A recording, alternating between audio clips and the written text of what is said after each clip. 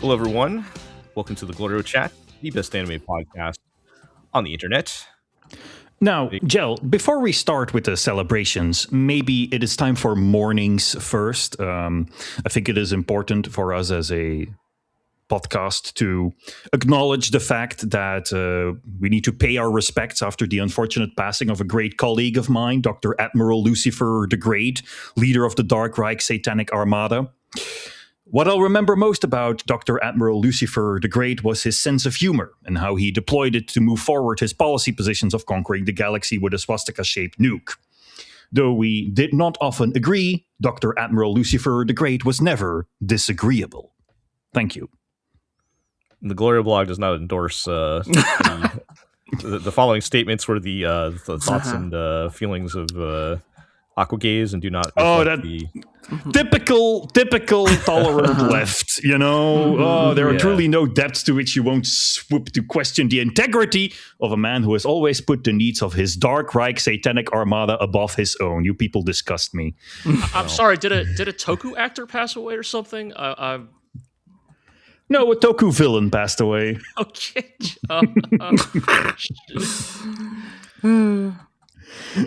Anyway, maybe yeah. So hey, villain. Anyway, yes, it is happy anniversary to us. We're finally old enough to drink. We have not yet. What do you mean? We have reached summer 2026. It's our 14th anniversary of our first posts we just passed the other day, going into year 15 of the GLORIO era. No, Ira, we're not old enough to drink. We are old enough to have sex with people above the age of majority within certain prefectures of Japan. Nope. Yes. So I feel like even having enough knowledge to do the bit already puts you on a list, Aqua. I'm sorry. Yeah. I'm going to get through this. We're going to get these were the kinds of discussions that were being had 10 years ago in anime. As we have just established, I am a Republican and therefore cannot be prosecuted for child prostitution crimes. All right. So, yes. I mean, that was among the many discussions of the anime of 2016. Yes. So, yes, we are in year 15 of the GLORIO era. We have covered over 56 seasons of anime, definitely over 1,000 animes covered. I'm going to sound like the Unlimited Blade Works. Yeah, I was going to say so as I pray. Over 1,000 anime covered. Is there a way to do the math on that? Known to death. Not an easy way. Like if you did like more than 1,000 anime. I think if you did like the real easy math of about, let's say, 20 shows a season, then yes, that checks out. Okay, but we don't cover 1,020 shows. And I mean, in some capacity, like I'm right. But I guess like if you watched an episode of, then I guess that counts. Yes. Yeah. You know, did a first look post for the first episode or something. Yeah, I think we're probably over that mark by now. So yeah, we're all old now. Well, you guys are old. I'm ancient, but yeah, it's crazy. Anyway, But today is going to be the actual preview show for summer 2026. A lot to talk about today. Surprising amount of shows that are at the very least interesting, right, to talk about. So yeah, this is a surprisingly strong season, at least in terms of first impressions. I feel like historically, we've always treated summer season as a bit of the dumping ground of seasonal anime. Except that hasn't been the case for like 5 years now. Okay, no, that has definitely been the case. I have checked my year-end posts, and I have done the bit about how much I hate summer season of anime like 3 years in a row. I mean, maybe we do, but like in recent years, they have moved into like putting the big blockbusters in summer, like some of the big like shonen shows and stuff like that. Well, I would say it's not as solid as a pattern as it used to be. I guess it's more up and down, but yeah. Either way, a lot of shows to talk about. So before we get into that, let me introduce everybody. I am Jel. I am joined by Iro. I'm still here. I'm not dead yet. Still with us. We were joined by G. My deepest condolences to the nation of Norway for losing the custody battle for Hatsune Miku to perfidious England. Oh, is this? What are you talking about? Hatsune Miku is... It was Brazilian. Yeah. Okay, you guys have not been keeping up with the bit, but no, I basically, it's sort of an echo of last year's everybody draw their national version of Hatsune Miku trend. Yes, that was 2 years ago at this point. Okay. People have now applied that to this year's World Cup. The bit sort of started when Japan and Brazil faced each other in the World Cup. So World Cup is now they battle for custody of, and then Norway beat Brazil, so and Brazil then, beat Japan. So everybody joked that now Brazilian Hatsune Miku is canon. Then Brazil goes on to lose to Norway, so now Norwegian Hatsune Miku is the dominant Hatsune Miku, and now Norway has been felled. So now, unfortunately, British Hatsune Miku is the one true. I did see a good Hatsune Miku on. I did see a good chaff Hatsune Miku on Tumblr the other day, so that makes sense. Yes. But somehow we have to root for England because the alternative is Argentinian Hatsune Miku. Which, no. Nobody wants to see. Don't look up what Argentinian Hatsune Miku's grandparents were up to in the 1940s. Yes, okay, thank you for being for picking up the ball. Yes. Yeah. All right. That makes sense. Man, I really am getting old because I am not connected enough on the internet anymore to understand you guys' jokes. So, yeah. But yes, I mean, look, sense. man, it's an excuse to look at tall, buff Viking Hatsune Miku, dog, tan, voluptuous Brazilian Hatsune Miku on the internet. Yep. So, you know, am I watching the World Cup? No. Am I looking at the fan art? Sure. Gotcha. Yep. All right. And hey, Aqua's back. For the record, I do not live in the United States. I am not meaningfully affected by the death of Lindsey Graham. I just find it very funny. Yeah. Yep. Hell is just a little more crowded now. Yep. So what are you talking about? Hell is here, Jill. Anyway, yeah, a lot of anime to talk about for the summer 2026 season. I think we should just dive into the list so we can knock these things out. Actually, no. No, we're not gonna. We got one more thing to talk about. Since it has become our annual tradition on our anniversary that we take a look back at what was going on 10 years ago. God, right. In anime, which means we're going all the way back to summer 2016, which is wild thinking about that being 10 years ago. The last good summer. Yeah. So, yes. God. I'm gonna Titanfall 2 came out. Yeah, that was a wonderful thing that happened. Like Overwatch was happening. Like Overwatch, yep. Yes, Woke 1.0 was so strong. Christ. I'm gonna throw some names at you guys randomly from of things I remember from 2016. Here, I'm looking at the list as sort of in popularity order. Season itself's not too bad. I was just joking ahead of this podcast before we got on about how like you can see a trend of anime getting better over time. But compared to you go back and listen to our 2012 show when we were first doing this, and there was just some hot garbage on that list.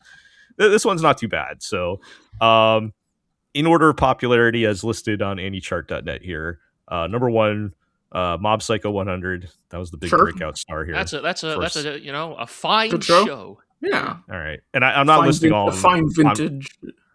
I'm just picking a few of them here. You guys remember 91 Days? Yeah. Yeah. Pretty good. Vaguely. Yeah. Me and Iro 91 Days. That one, yeah. I do not remember this show. Like corner store box.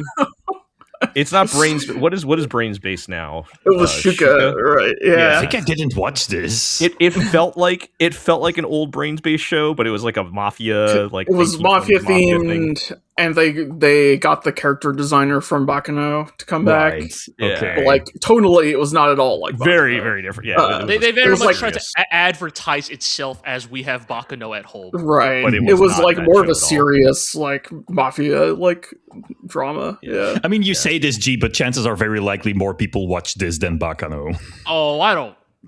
It's the Bakano fourth is most one of popular those show. famously not popular in Japan anime. Like, Okay, but you think people are out here fucking standing for 91 days? No, but a lot of people. The 91 days army is out here in the shadows. No. excuse me, we are called 91ers. The 91%. The 91%. All right. Christ. All right, so yeah, we got to keep these moving. So, Sweetness and Lightning. Sure. Yeah, I like Sweetness and Lightning. Solid show. Cleansing You know what? The beginning of Dad anime. Like, no. What's the opposite of we have X at home, right? What's like the good version of that? Premium brands. Yes. Premium brand Usagi drop. the Target brand versus the Walmart brand. Kirkland Usagi drop. Only the Americans will get that one. Yeah. Yep. Shout out to the quality in the packaging is not as good, but ethically and morally you feel a lot better about it compared to what you might find at Target. Yes. Shout out to This Art Club Has a Problem, a deep cut even on my list of deep cuts. That's a like, show. I recognize that title and nothing else. Yeah. That is, what else we got here? Here you go, Aqua Level Live Sunshine. That was that season. Oh my god. It has been 10 years. Yeah. Years. That cigarette just appeared in your mouth. Like, no, that's like 4 other shows later in this season. The first season of Amanchu. That was okay, sure. That first season was good. The first season was good. Long before sexual predator Peter Pan showed up. I just want to say that phrase one more time. Yep. And then second season of Thunderbolt Fantasy. Hey, hell yeah! This is stolen valor. Yes, this is pure retrospective of Thunderbolt Fantasy at the time. Yes, we're all fake fans. We didn't get onto the bandwagon until like post-COVID or something. I think we'll give Artemis credit because she was ahead of the curve on that one. The curve on this one, as she often is. But season 2 of. Yeah, the season 2 movie 2, season 3 portion of Thunderbolt Fantasy is, I think, like the top. Yes, I mean, here's the thing. I'm still going to use this as an excuse to talk about it. Fucking season 2 of Thunderbolt Fantasy rules, right? Yeah, like, it's like TV at its best. Yeah. It is really good. Wusha at its best. So, a couple things that were still airing that season. JoJo Part 4. Hey. Hell yeah. Part 4? Holy shit. I love Part 4. Yeah. Yep. You guys, I'm using this as an excuse to shout out Bimbo Gamiga, but do you guys remember Twin Star Exorcists? Oh baby, the Shonen Jump one from that author. When the guy that made Bimbo Gamiga made his play at becoming a big right, because it was like, you're not the Twin Star Exorcists, like your kids are gonna be the Twin Star. And it was Exorcists. like the manga was kind of okay, but the anime sucked. Cases. Do you guys remember Kuro Makuro? Okay. That was a Netflix show. Yeah, no, I remember exactly one thing from that show, which is the dude like comes out of the mech naked or whatever or something. He walks out naked, and the girl is going like wah wah wah, but they're using all of the smears of her like waving her hands to hide his junk. And I remember going like, haha, smears, right? God, that was PA Works' 15th anniversary show. Man, it was. That is bizarre. Anniversary shows have been having a rough track record. Macross Delta was still running at that point. Oh, good. I mean, look, there are 4 good songs, Macross Delta, and that's about all I could say about Macross. That's questionable if there's 4. There's maybe 3. I'm just gonna crack open the White Monster and go, you know what was a good anime? Do you remember Love? Now that's an anime. And then I'll just mention probably most notable for movies around that time. So we had Your Name came out that summer, and God. I still never say Your Name. And A Silent Voice both came out at that time. Yeah. I seem to recall that one was like pretty controversial. The anime? The Silent Voice, yeah. I don't know if it's controversial. There was maybe some make like some changes to like the tone of the manga as an adaptation. Yes, yeah, I think this is a kind of a classic case. I think. Look, we all know that KyoAni likes to take some liberties with the things they adapt, sure. right? And sometimes that works out usually in their favor. But I think there is yes. I now recall. I think this is because like a silent voice is like the manga is a little like it's a fair bit meaner in a way that feels intentional. To be clear, like it's not quite so saccharine. And KyoAni like kind of sanded down some of that to like yes. I think that now it is coming back to me. I am now remembering my primary issue with KyoAni's take on it. What else was that season? I'm sorry, I don't mean to override you, G. Just we do have to get there a lot. Look, you asked the question. I did. Yes. Context. Look, when is the next time I'm going to be able to talk about a silent voice? Yeah. Under the dog, guys. Remember Under the dog? Oh, that was the last one I want to mention, so we're good on that. It was a Kickstarter, right? Yeah. It's funny because, like, ironically, it's like in some ways it was almost like ahead of its time in that regard. Like, if you look at like the state of animation right now, like crowd-funded indie animation is actually like everybody in like a lot of people in animation are saying this is probably going to be like the next big thing, or like this is going to be the next like model for like creating animation, just because like obviously the television studio system is like so thoroughly broken at this point, right? Like it's so interwoven with like the production committee, right? Right. Or well, that's the thing. But even here in the West, right? It's like, pitch it to, like, I'm talking more like, what are you going to pitch your new show to Cartoon Network in 2026? Good fucking luck. Yeah. You know, Nickelodeon. Like, no. Like at best, maybe like you could try to get it on like Amazon Prime or Netflix for a season before they shit can it, right? And so. I have noticed this trend. Actually, a lot of animators and creators are like saying, "Fuck it!" Like, even if it takes longer, even if like, you know, it means that we can only afford to do like 8-10 minute episodes. Like, if we get to have full control over it, like maybe that is still preferable. So, to be clear, the Mecha Uday success story. Yeah. But even beyond that, like the amazing digital circus went to theaters and became a smash success. That is kind of the example I'm thinking of, right? The most prominent example of the moment. And so, to be clear, Under the Dog is not that. It's I don't think I ever watched it. It's I don't even. It's cool. That. You know, look, hey, I'm happy that they were able to make that project. That's great. Good for him. All right. Well, shout out to 2016. We'll see you in 2017, I guess, next time. But not too bad of a season there. All right. Well, now we can dive into our long list of anime. Hooray. Things that we've watched at least one episode of. And we can start with Smoking Behind the Supermarket with You, which we did talk about in our preview show. I had already watched one episode, so I'm not going to recap everything. If you want to go back and get all the details, you can go listen to that again. I did want to mention a couple things as part of the first looks here, where, well, first of all, I think I finally figured out the weird broadcast schedule. Right, because how far is this in at this point? Like, okay, how much of this have we already seen? Here's my understanding of the situation. Crunchyroll dropped what is essentially the first 6 episodes like a month or two ago. And I say essentially because for some reason they also split them into half episodes, which for no discernible reason, especially if you're just going to drop them all at the same time. But whatever. Point is the first 6 TV episodes are out there, right?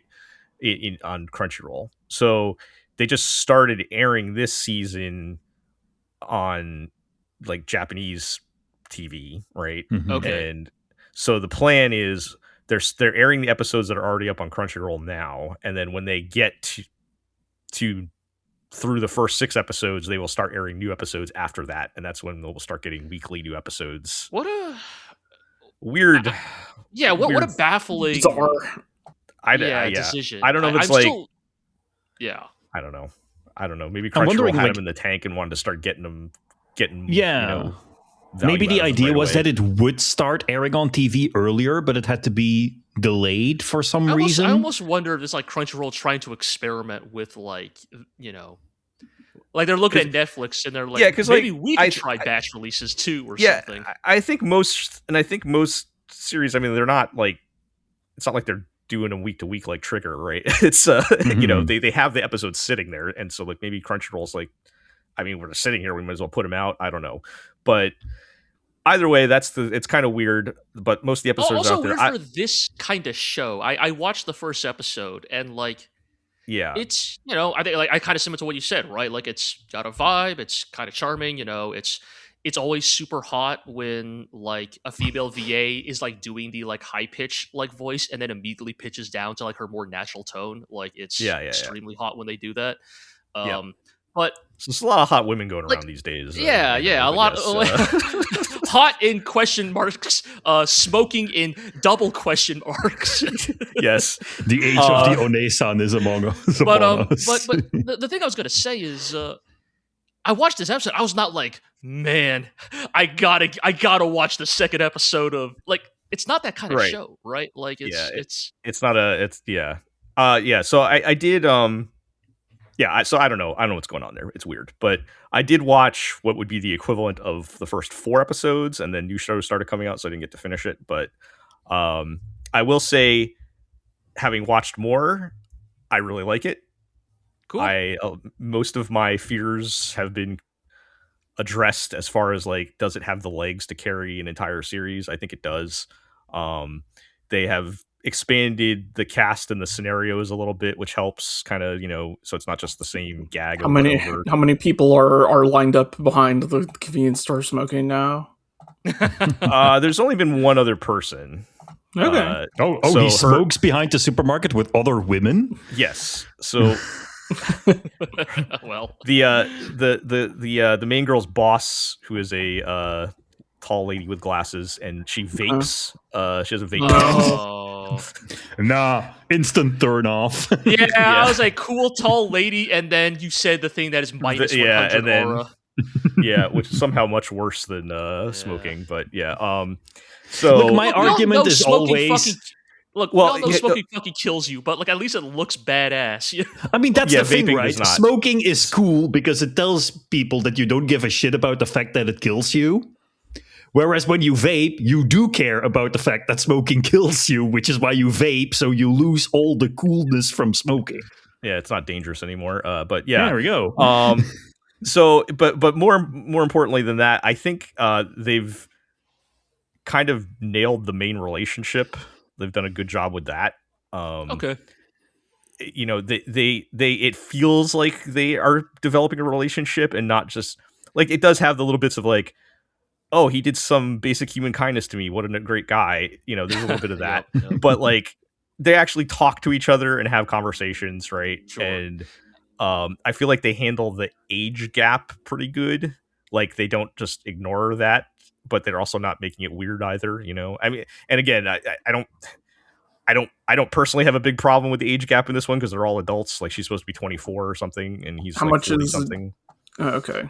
Yeah, so I mean, it's a pretty sizable gap, but it's like at that point, you know, they're adults. It's not like a weird power dynamic where he's not like her boss or something. Right. You know, if anything, she's the one. She's the one in total control because she's the one who knows. He still hasn't figured out that she's both people. So she's the one. I mean, the power dynamic is metatextual, right? The power dynamic is main male character is the audience proxy, and you know, 24-year-old girl is their ideal partner. That's the power dynamic. Like, right. Yeah. So you would say that like 4 episodes in, like it's managed to like kind of justify the bit and keep it fresh, because I think that's always the thing with these types of shows, right? Like, we could talk about this with some of the maybe less good executions of this style of show, right? Which is like, okay, you have a solid premise, but yeah, like, do you have anything else other than the premise after the first 3 episodes? Yeah, so I'll say the easiest way I can sum up what they've done is the actual premise of her having the split identities and him not knowing doesn't matter after like the first episode. Okay, sure. you could yeah. So it is then riding on. They don't really even joke about it that much anymore. It's just like they start riding on the actual strength of their relationship and the other characters and the jokes, as opposed to just he's so dumb that he doesn't realize that they're the same people, right? So they've yeah, and that is a testament to just kind of solid writing and execution. And I think they're doing a pretty good job with it. So I've been enjoying it. I would have definitely finished it if new shows didn't come up and I had a million other things to watch. So I'll get back to it soon. So, yep, that show's pretty good. Let's move on to The World is Dancing. I did want to check this out, but I did not get a chance. But I kind of ended up like checking this one out almost a bit on a whim. I feel like I just started to hear and see buzz for it. Right, there was a little bit of that, like, how like there's always like one or two of those anime per season that is like look, we try to be comprehensive in our preview coverage, right? We try to catch all the like promising shows in the net, and there's always like one or two where it's just like, that feels like it came out of nowhere. I mean, these kinds of shows, like historical shows, tend to not really be on our radar unless there is like established talent attached to it. Like we will notice if a Heike story or a Elusive Samurai is coming out because of the people attached to it. But generally, we tend to sort of pass these kinds of shows when preview season comes around. I'll be honest with you guys. I think I intended to put this on our preview and it just over. Whoops! Dang it, Jell. We could have avoided the fraud allegations for once. Once again, look, man, I'm not perfect. I've been doing this a long time, but I'm not perfect. All right. Once again, the GLORIO blog misses secret anime of the year. No, it was kind of borderline, but yes. What we talked about still stands, G, because like both you and I sort of decided, look, I guess we have to watch this, even though we had no real prior interest in it. Mm-hmm. But like, so it was still something that sort of flew under the radar until we heard about. I'm assuming you're going to talk about, the artistic ambitions of this production. Yes. But I guess we could kind of give the basic premise here, right? Since this is kind of a little out of nowhere, right? So World is Dancing is an adaptation of a manga. Probably the notable things on the production side is it is being handled by Cypic, which is the reincarnated form of Cygames Pictures of Apocalypse Hotel and Uma Musume Cinderella Grey fame. So, Cygames continues to be a weirdly strong source of animation in the modern era. It's almost like they have a lot of money. Yes.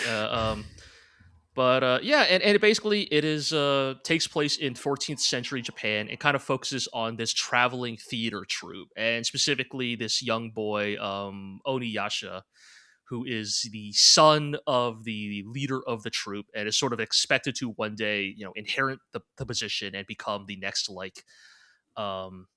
star actor, basically. Oh God, what is the style of dance called? It's Sarumaku, I think it's called, or Samaku or something like that. Yes, I know it translates to like monkey dance. Yes, and sort of a predecessor to what we come to know as No theater, and kind of is about kind of him coming to discover like what the craft means to him as someone who is born into it, as someone who does not really understand or feel a strong emotional connection to the craft of theater and dance, trying to,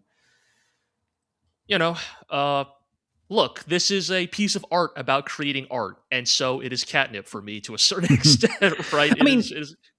Probably important to mention that this is an actual historical figure, right? The main character in the series. Yes. So this is actually a biography of the man known as Zeami, who is supposed to be the like semi-historical, semi-mythological originator of No theater. Right. So that is the story we are looking at here. Yeah, our main character, Onimusha, as I like to call him, is an actual historical figure. So this is going to be a biography about, a form of art that I'm pretty sure we are not really all that familiar with. Like when we think of No, we think of the the empty, emotionless masks of something like No Face from Spirited Away. Right. So it's very interesting to get a sort of alternative look at it as a not just how it came to be historic, or it is historically evolved from earlier forms of theater arts, but also how it represents a kind of psychological but also sort of spiritual change within the person who is responsible for it all, right? Yeah, it's a really when it comes to like historical drama, right? Like I think it's a pretty cool like context to base it in. I think everybody keeps. I mean, those who have watched it have obviously made the comparisons to Heika Story, right? Naoko Yamada's Heika Story. Science Saru's Inu. We'll have more of those later. Which is another work that is about like medieval Japanese performers broadly. I think the thing that stands out about this show is its like jaw-dropping presentation. Yes, I think like or eventually, right? Because Ira watched this show as well, and we kind of were commenting like during like the first like half of the first episode was like, yeah, this is like charming, right? Like the cartoony faces, the clean like art style, like this is quite charming, and maybe I could even be convinced to watch more of this, but like was not precocious little boy protagonists are just not really ever gonna do that much for me. So I was like, we'll see where this goes.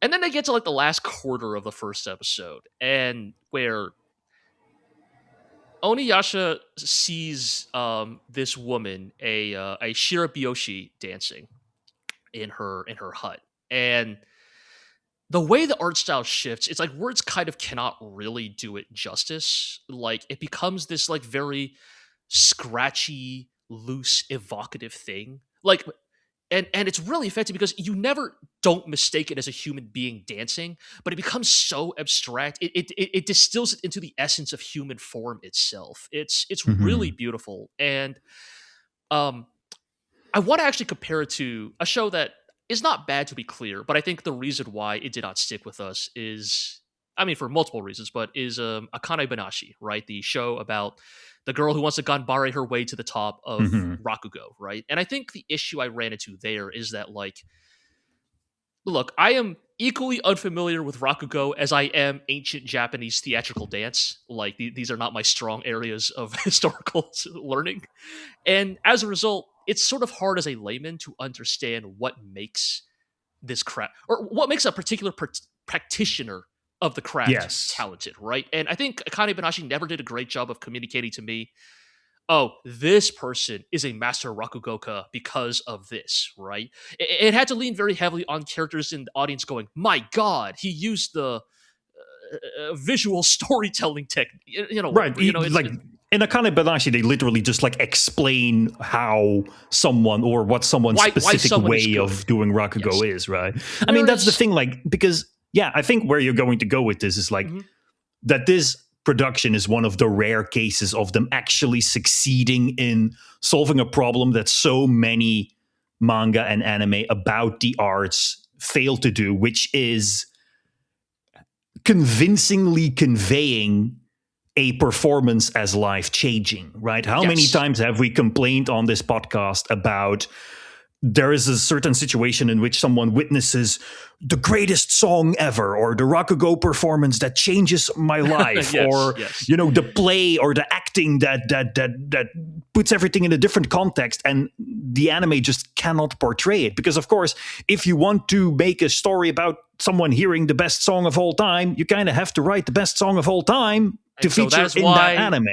This is a tribute as Jack Black and Kyle Gass. It's the Tenacious D problem. So this show actually like manages to kind of pull it off. They kind of do, and I think that's really impressive, right? Like it makes you understand why this woman's dancing would completely like alter Oniyasha's like perception of what his craft is capable of, and I think it's very impressive. And I don't want to like spoil the events of episode 2, but I think it makes some very bold narrative choices that have me like, because even at the end of episode 1, I was admittedly still kind of in like, okay, World's Dancing, let's see what you got, right? But like, again, I do not think the comedic interludes are a problem with this show, but like the fact that like after this world-changing, life-changing experience, we immediately cut to Oniyasha doing some fucking Wile E. Coyote fucking Looney Tunes swimming through the air bit, which is very funny, to be clear. But like, yes, it makes me like not have a great handle on what is the tone of this show going to be. But then episode 2 hits, and it's like, it's brutal in like a very like real way, like in a very real, like only like in a way that is like kind of not like uncompromising in like, it does not give Oniyasha a rhetorical or moral out in the way he fucks up in this episode, right? Like to a point where like, in fact, I actually find him to be kind of a very unsympathetic character in some ways. Yeah, it is an right? incredibly like petty and childish thing that he does. Unbelievably so, right? And of course you could argue he's a child. He did not understand the potential consequences of his actions, but like, and also like he is someone who was raised to be called sir by everyone around him. Like he is not just a child; he is a spoiled, privileged child. Totally. And so after the end of episode 2, it's like it kind of pulls the trigger on a narrative device that I knew was coming, but I thought they would like wait longer to do. And so the fact that they were willing to pull the trigger on that so quickly,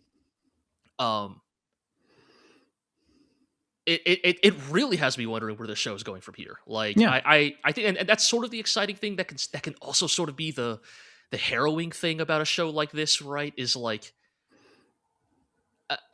obviously still a very good first impression, but I do think it's sort of it is sort of teetering on a precipice here, and I think where it goes from here will very much decide how I eventually fall down on this show. But we need that third episode test. Very much so. Finish it off. Yeah. Well, I think up until now, the show has done a very good job at balancing its tone, right? Because you don't want a show like this to be too po-faced and clinical, because at that point, people who are not familiar with the art form it is about are just not going to be hooked. But by like using these comedic interludes and these charming characters, it gets you to care about these people, and then as a result you will also care about how they develop as creatives, how they grow as people, and how they try to put that personality into their art, right? You need to know their personality before you can appreciate how it is channeled into their art.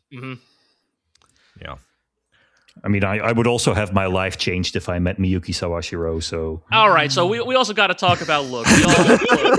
If you want to know the truly upsetting thing about getting older, like the truly upsetting like realization that we are all getting older is, Miyuki Sawashiro is voicing these kind of characters now, huh?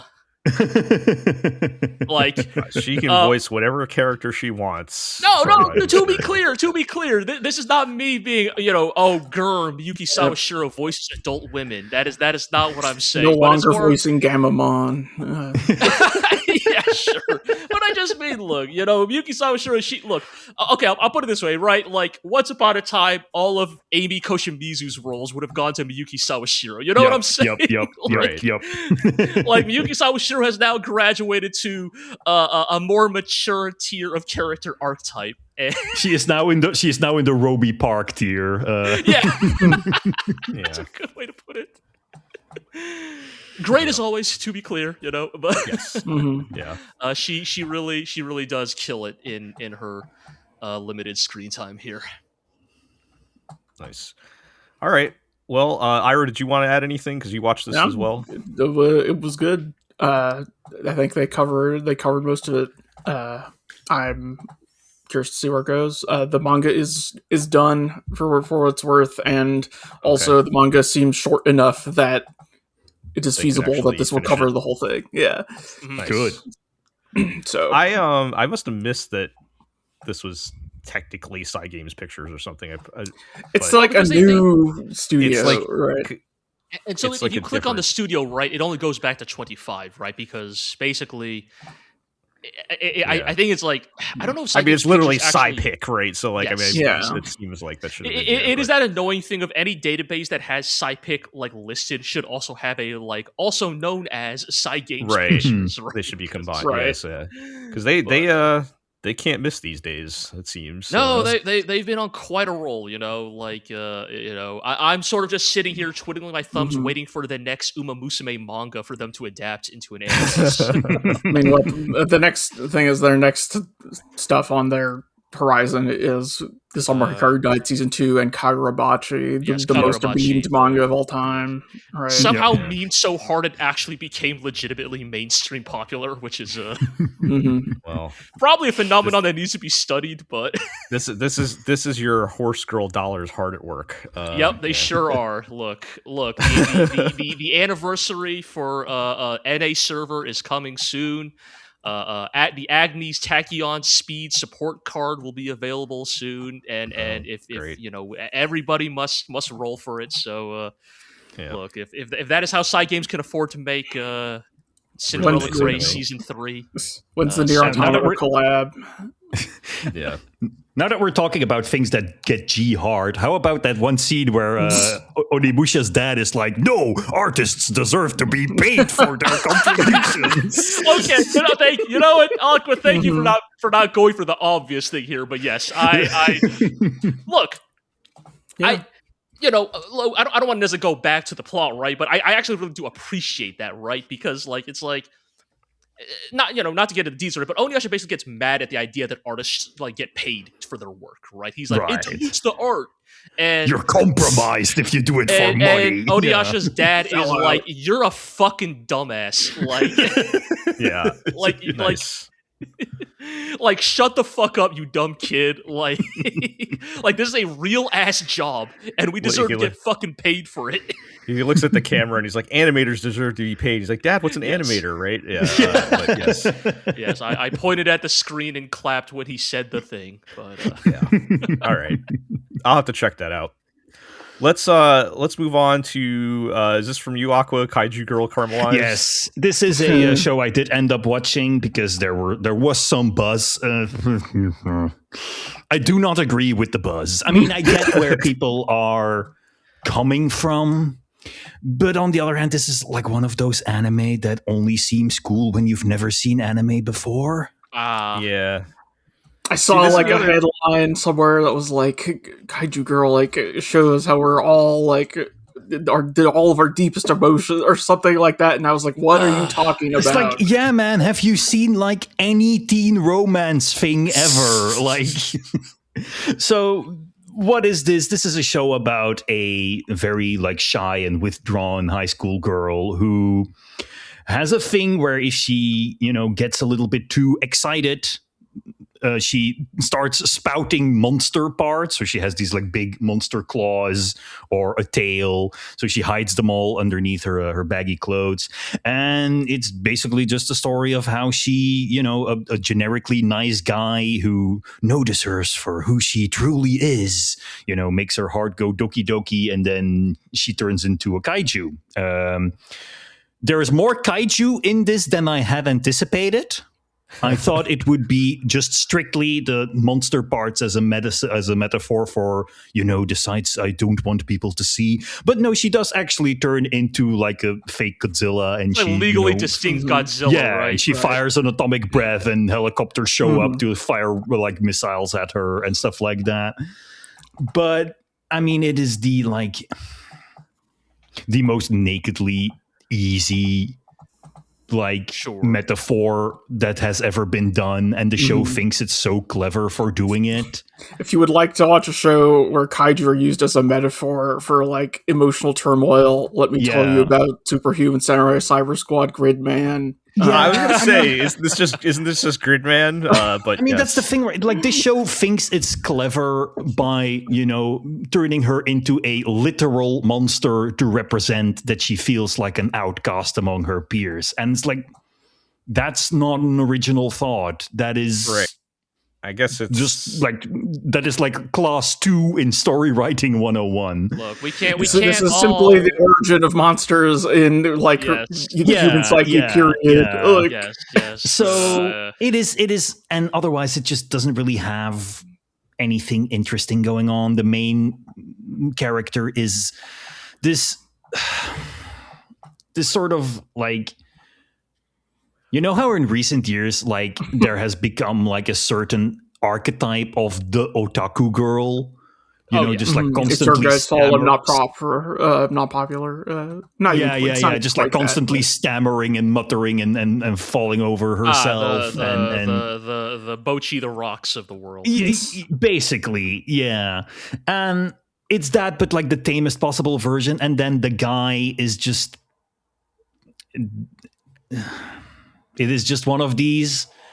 Oh, bud, I noticed how true to yourself you are. You never hide who you really are, and that's what I like about you.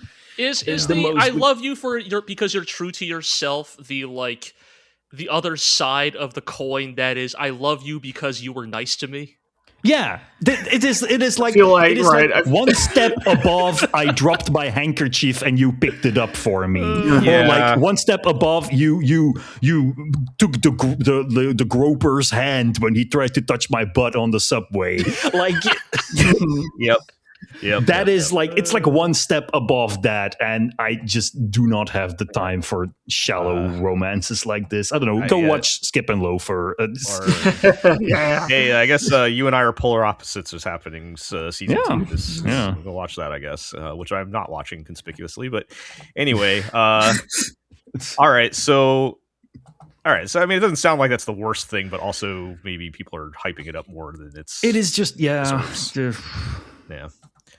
All right. Good for you if you like it, but boy, I can name 10 other shows that you'll like even more. Watch some other anime. I mean, I want to make clear, I was not really joking when I said that thing about Gridman earlier. I was actually kind of serious. Go watch Gridman for sure. Yep. All right. Let's move on to Draw This Then Die. I know, Aqua, you watched this. Did anybody else? I watched the first episode. Yeah, I've watched the first 2 episodes of this. Yeah. So because this is a G show. Well, report. A second secret look back has hit the building. Yes. All right, so I only watched the first episode, so I feel like I don't fully know what's going on with the show. Can somebody want to pick up the actual, what is the premise on this?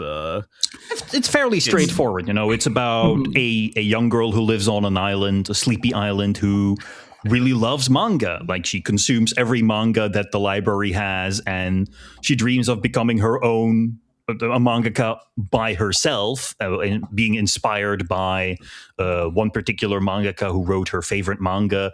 And the show basically starts with her going to her favorite manga, Ushio and Tora. Hell yeah. Her favorite manga, teasing Master Takagi-san. Play the sick Ushio and Tora opening. Go. It's not just Ushio and Tora. I looked at dog. She this girl read Parasite.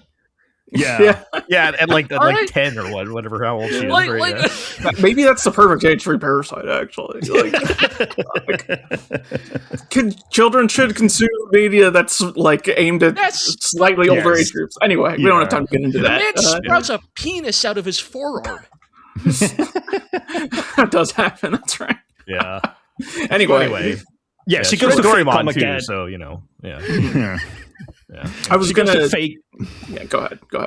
No, she goes to fake Comic Cat to find out because she's found out that that mangaka that she loves has come out of retirement and is releasing a new book. So she goes to Comic Cat to go pick up the book, only to find out that her favorite manga author is the stern teacher who's telling her to get her head in the game and not doodle all the time because she needs to get a proper education, and manga is nothing but this manga trash that just holds back the youth. And what is the Batman quote? It's nothing but death and crime in the rage of a beast. Yeah. Very funny in episode 1 where she's like, why are you reading manga? There's so many healthier things you could be doing, like doom scrolling on social media. It's like, I feel like the standards have gotten so low. The child who is reading manga is probably already is the one-eyed man amongst the blind these days. But But anyways, so the enlightened manga reader. Yes. Look, at least that person knows how to string words together. But in all seriousness, so I think episode 1 kind of does set up the general like trajectory of the show. But I think episode 2 is the one that is the G catnip, so to speak. Because this is where the show reveals that it's basically Eizouken. Like.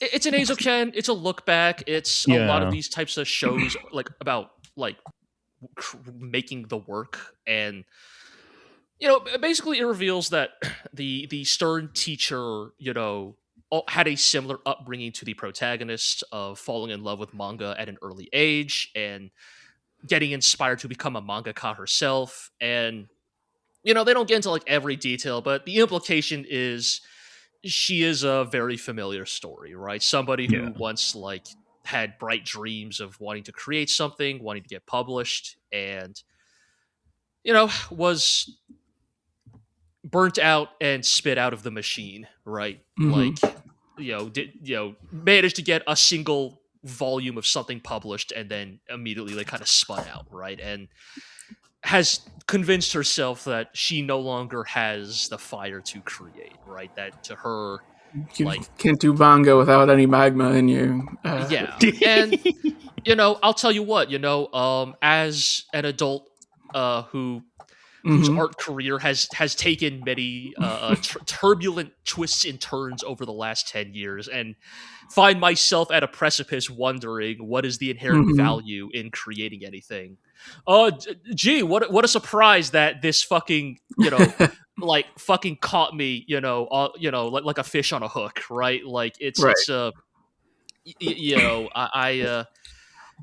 want to go ahead. I think the thing that works for me about this, because look, as perhaps like the Zen shoes of the world show, like just because you were a piece of art about making art does not instantly win me over, right? But I think what Draw This Then Die really gets to me, I think especially in this era we live in, in this era of slop, that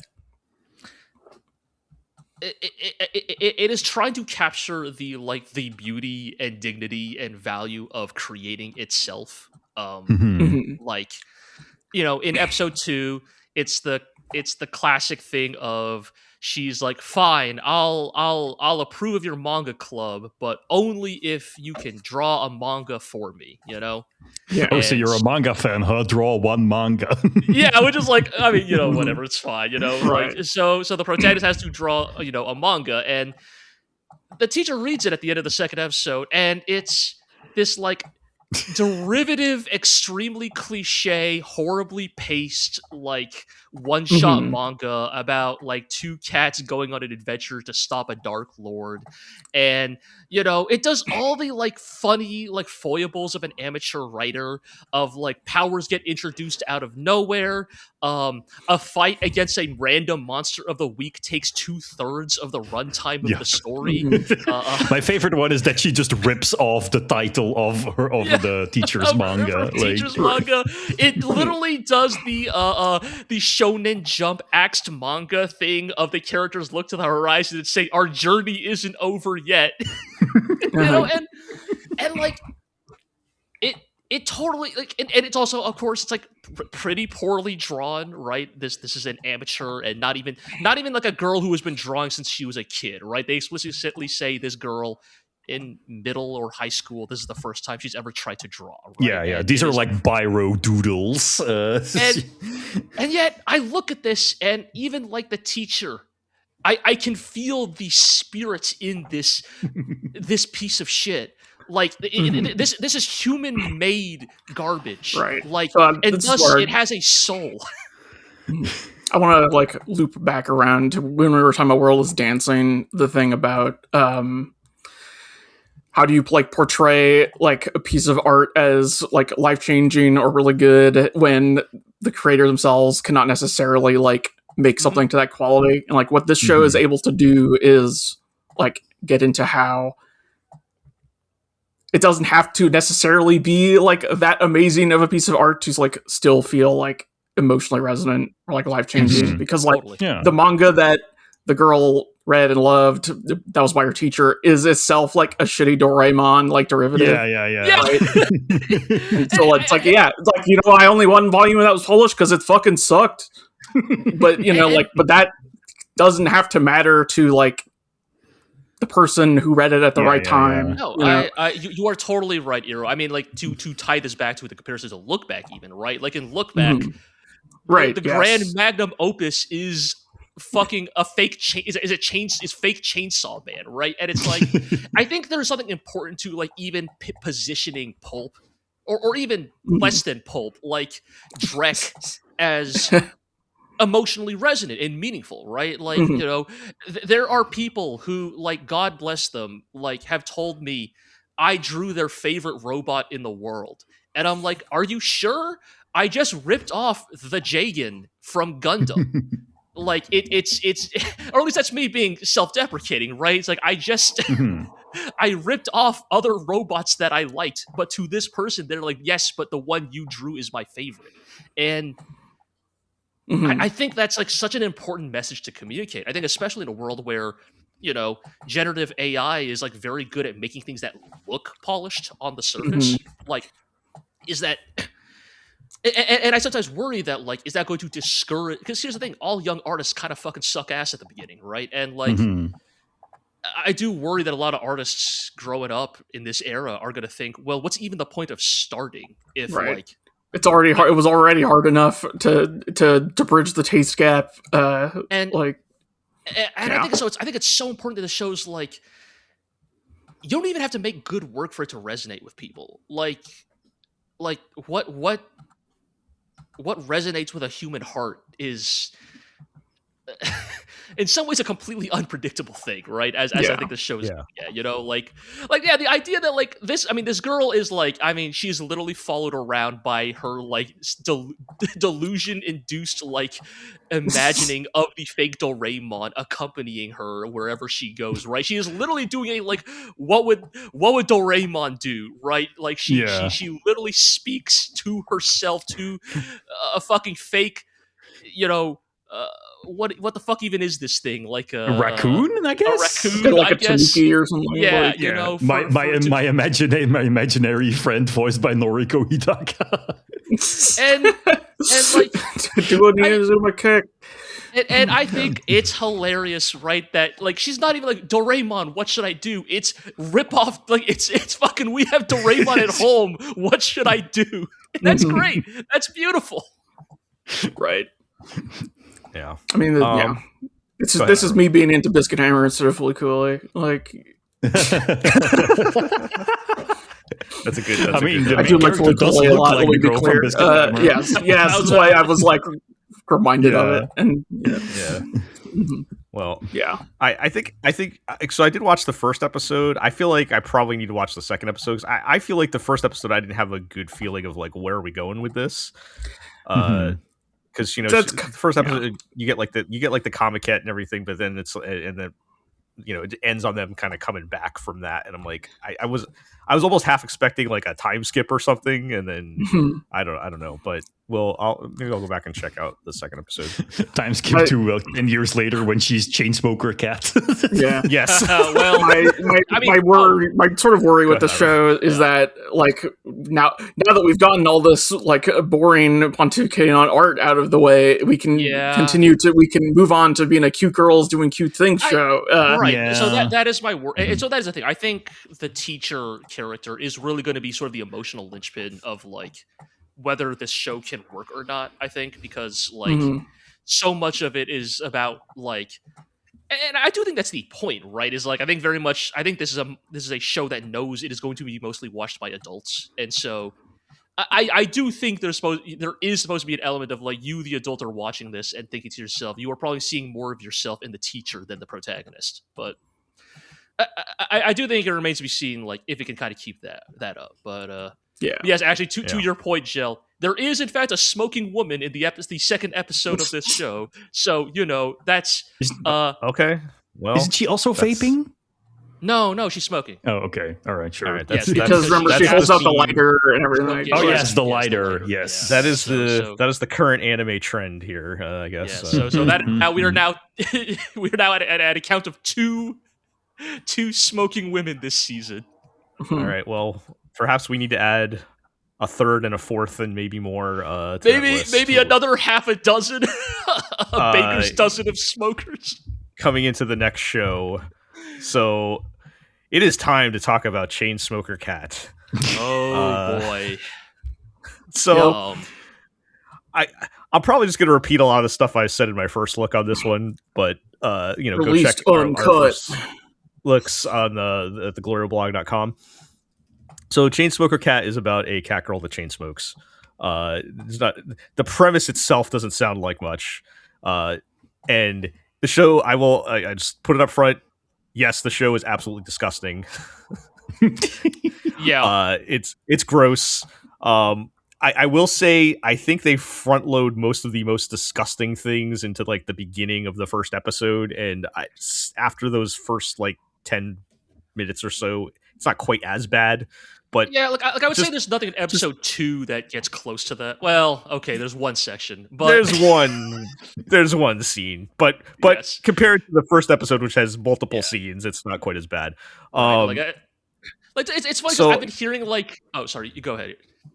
Yeah, so there is like I feel like maybe they front-loaded some of that stuff for shock value. I actually looked at the manga real quick, and some of it doesn't happen until later chapters or whatever. So I think they picked some of like the grossest stuff to stick. Like, you think they was just trying to like maximize like the buzz? Value. Okay. Yeah, maybe that's what they were going for. Because here's the thing: I don't think this is like that real, but there's been a little bit of discourse about like it's very funny, right? Because, and I think it actually cuts to the core of like in a lot of ways like the ways in which otaku or just like fandoms in general, like their relationships with like the fetishization of things, that like there was a little bit of like people were like, oh, this girl is too gross, like this girl is like I like girl failures like Bochi, but this girl goes too far. And it's like, you're not a real true. one. LARPer detected. Yeah, exactly, right? Like fake girl failure fans out here, right? And I think to be clear, all Yanni Neko here is fucking disgusting, right? Yeah, like, there's some like very like explicit toilet humor stuff going on. Like it's gross, but yes, I think it is kind of funny that in many ways, like many of the like so-called girl failures that anime has like portrayed. I mean, like that kaiju girl show you were talking about, Aqua. Like, I mean, I don't know if she's explicitly like, girl failure coded or whatever, but like, oh, definitely. Like, but I think it's like a lot of these shows love the very sanitized version of that, which is just, oh, it's a cute girl with anxiety. I want a pet girl that I can take care of, that I can like pet. Like Yanni Neko is like. To be clear, I think this show is mostly just going to be a crass, like, black comedy. Like, I do not, I think after the first, like, I do not think this show necessarily is going to have anything deeper to say. But, like, there is something about this show that, like, weirdly, it captures maybe, like, what mental illness and addiction actually look like. So I think, yes, the show is primarily a crass, disgusting, kind of dark comedy, but there is the comedy is good because underneath it there is a reality there that I feel like you don't get explored in these types of shows very often, I guess. And it's like a lot of it is, like you said, G, the addictions and how we cope with the overwhelming weight of societal and social pressures on us, and sometimes you don't cope with it and you fall apart and you rely on things. In this case, the main cat girl, Yanni Neko, is very, very addicted to cigarettes, and she spends a lot, her apartment is filthy and disgusting. She spends a lot of time laying around chain smoking. But I find it interesting because they could have, and what I expected really was her to take her character as sort of this like unapologetic dirtbag that is just lazy and just that's the joke, right? But she's not really like that. I mean, she kind of is, but she does like try at least, like deep down she does actually want to be better. And I think the interesting thing about Yanni Neko is like it's like a one-off bit in the first episode, right, where she's like the bit is she's broke and she has to like make 6 cigarettes last a week, right? Yes. And she's like, okay, well that's like one a day. I'll tough it out. And then she instantly smokes all 6 in like an hour, right? And the part that gets me about it is she specifically says, I'm a good person. Why do I keep doing this? Yes. And I think if you've ever struggled with like depression or issues related to willpower or addiction or like just like any like irresponsible habit like ever. Yeah. Like you've probably experienced a form of this in your life where like you fucked up, like you should not have done the thing you did, and you are now like bargaining internally with your own mind of like, I'm not like this bad of a person, like I don't like you know what I mean? It's like weirdly, it's like almost too real actually. Yeah, and you never see that portrayed, right? It's interesting. And the thing is that then, but also I think you never see that again in this show from then on. No, and so that's a thing, right? Like that is like this show's one like peek into that, and I find myself in sort of a weird crossroads because like I think like there's a part of me that would love to see more glimpses of that, but also, you know, does this show have the capability to even handle that, right? And so yeah, I do think we see more of it. That's like the most explicit kind of where she's literally saying it, but I think you see more of it like in her interactions with her sister and stuff like that. You know, they throw in of course her little sister is perfect and, you know, is the good one, right? The good one, right, to rub that in. And you know, I think I'm interested in seeing where are we going, particularly after episode 2, as we introduce the rest of the cast. Yes, we are introduced to 2 more cats who have just as equally sinful addictions. Yes. Go ahead, G. Yes, first we meet set it up. First we meet Yaku Neko, who is Yanni Neko's neighbor. And initially we were introduced to her smoking a joint. She's smoking the reefer, the Mary Jane, which is very funny because Japan has really strong anti-drug laws, and so like what I've been told is that like buying even a spliff is like insanely expensive in Japan. Like Yaku Neko actually has like the way more expensive vice if you really think about it. And you know, the joke is like, okay, she's doing like harder drugs, haha, she smokes weed. And then they cut to the dude that actually made me go, wait, are you allowed to show that? Yeah. I mean, did you download the censored version or the uncensored version? I don't remember. But the point is, she's shooting heroin. Like, yep. Yikes.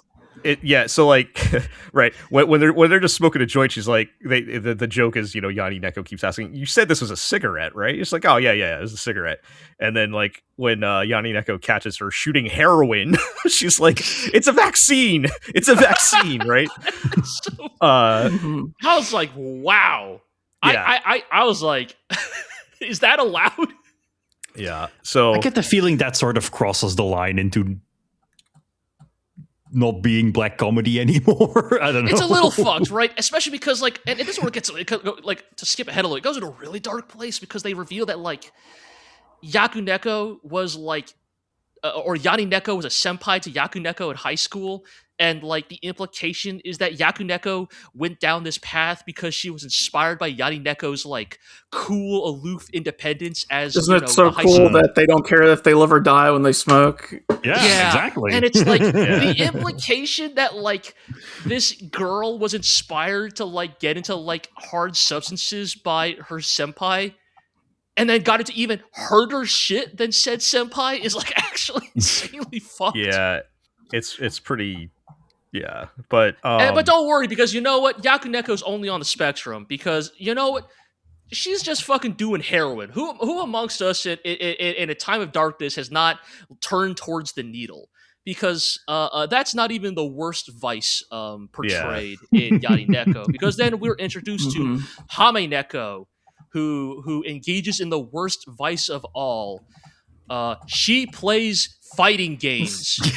Like what? Like does seeks the high of social media and online interactions, which like is perhaps more insidious than any of them. Right. I guess the joke is she is an online validation addict, right? Like she yearns the validation of an adoring audience online. And young ladies shouldn't play fighting games. They probably shouldn't, because you'll end up like Hame Neko, like.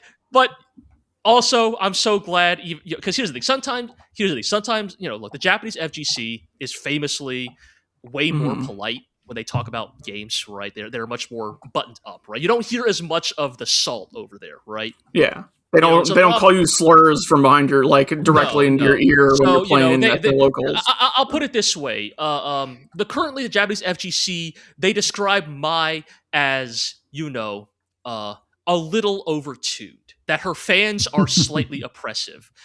Meanwhile, over in the Western FGC, you have people saying that my players should be rounded up and shot, so like, to give you an idea. No, but that's for a different reason, G. That's because they're perverts. Anyways, so I'm very happy that there's a good bit here where they're playing what is clearly just fake Street Fighter 6.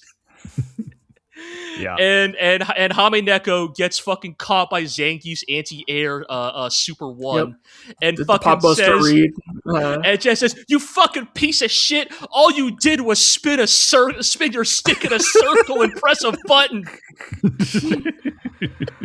And you think you're a fucking genius? Are made. You think you're a fucking genius, huh? You call that a hard read? Yeah. Oh yeah. I saw that coming. Fuck you. Yeah. This show is pretty funny. Like it is. It really has its moments. Look, I don't know about you guys. The last joke at the end when she changes her name was incredibly juvenile and stupid, but that was the hardest I laughed in a long time at an anime. Oh my god! It was so stupid, but just like so. I just found that so funny. But yeah, I think maybe part of my giving this show a level of respect I did not anticipate is also because it's really well made. Like, yeah, weirdly, probably one of the nicest looking shows this season. In terms of like the direction and the animation and like everything is like really well done. Yeah.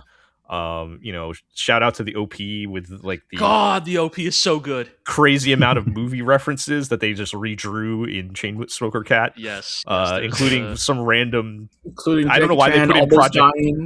I don't know why they put in the scene from Project A where Jackie drops off the tower and breaks his neck, but sure, yes, because it's a show about almost dying. Shout out to the reference to John Woo's A Better Tomorrow.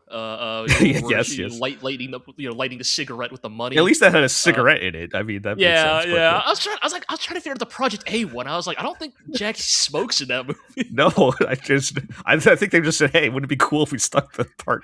They just had Yanni Neko fucking fall off a balcony. And you know what? It is funny.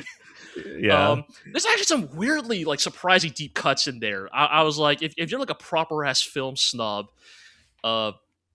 there's some references in there to like, there's like a reference to like a fucking like 80s French film in there or some shit, man. Like I was like, oh okay, like we're. Yeah, Tatsuki Fujimoto would be proud. Yes, of course. Next to a reference to Peter Parker dancing from Spider-Man 3. So, yeah. Well, anyway, that famous movie about someone leading a self-destructive lifestyle that causes him to be alienated from all of his peers. I guess so. Oh yeah, they're really So yeah, I really enjoyed this. Perhaps I think about it a little deeper than it actually is, but I do think that undercurrent of things we're talking about, that sort of sense of dread at pressure from we live in a society that is there, and it is important for the humor, and I think that kind of works really well in this case. And maybe I just grew numb to the gross out humor eventually after 2 episodes, but we'll see. There is one pretty bad scene in episode 2, but a little weird. But I think it was show still a cat girl shitting into a pot. Thing is, for me to like, oh, puking is like, I'm like, oh, that's just toilet humor. But like, it was the like, oh, I've dumped the like glass jar of all the like tobacco. That's the part that like really starts making me like feel sick. That was truly disgusting. But yeah, I enjoyed the first 2 episodes. We'll see where that goes. Okay, let's move on, and we'll talk about Dara-san of Reiwa. I think, G, this is going to be all you.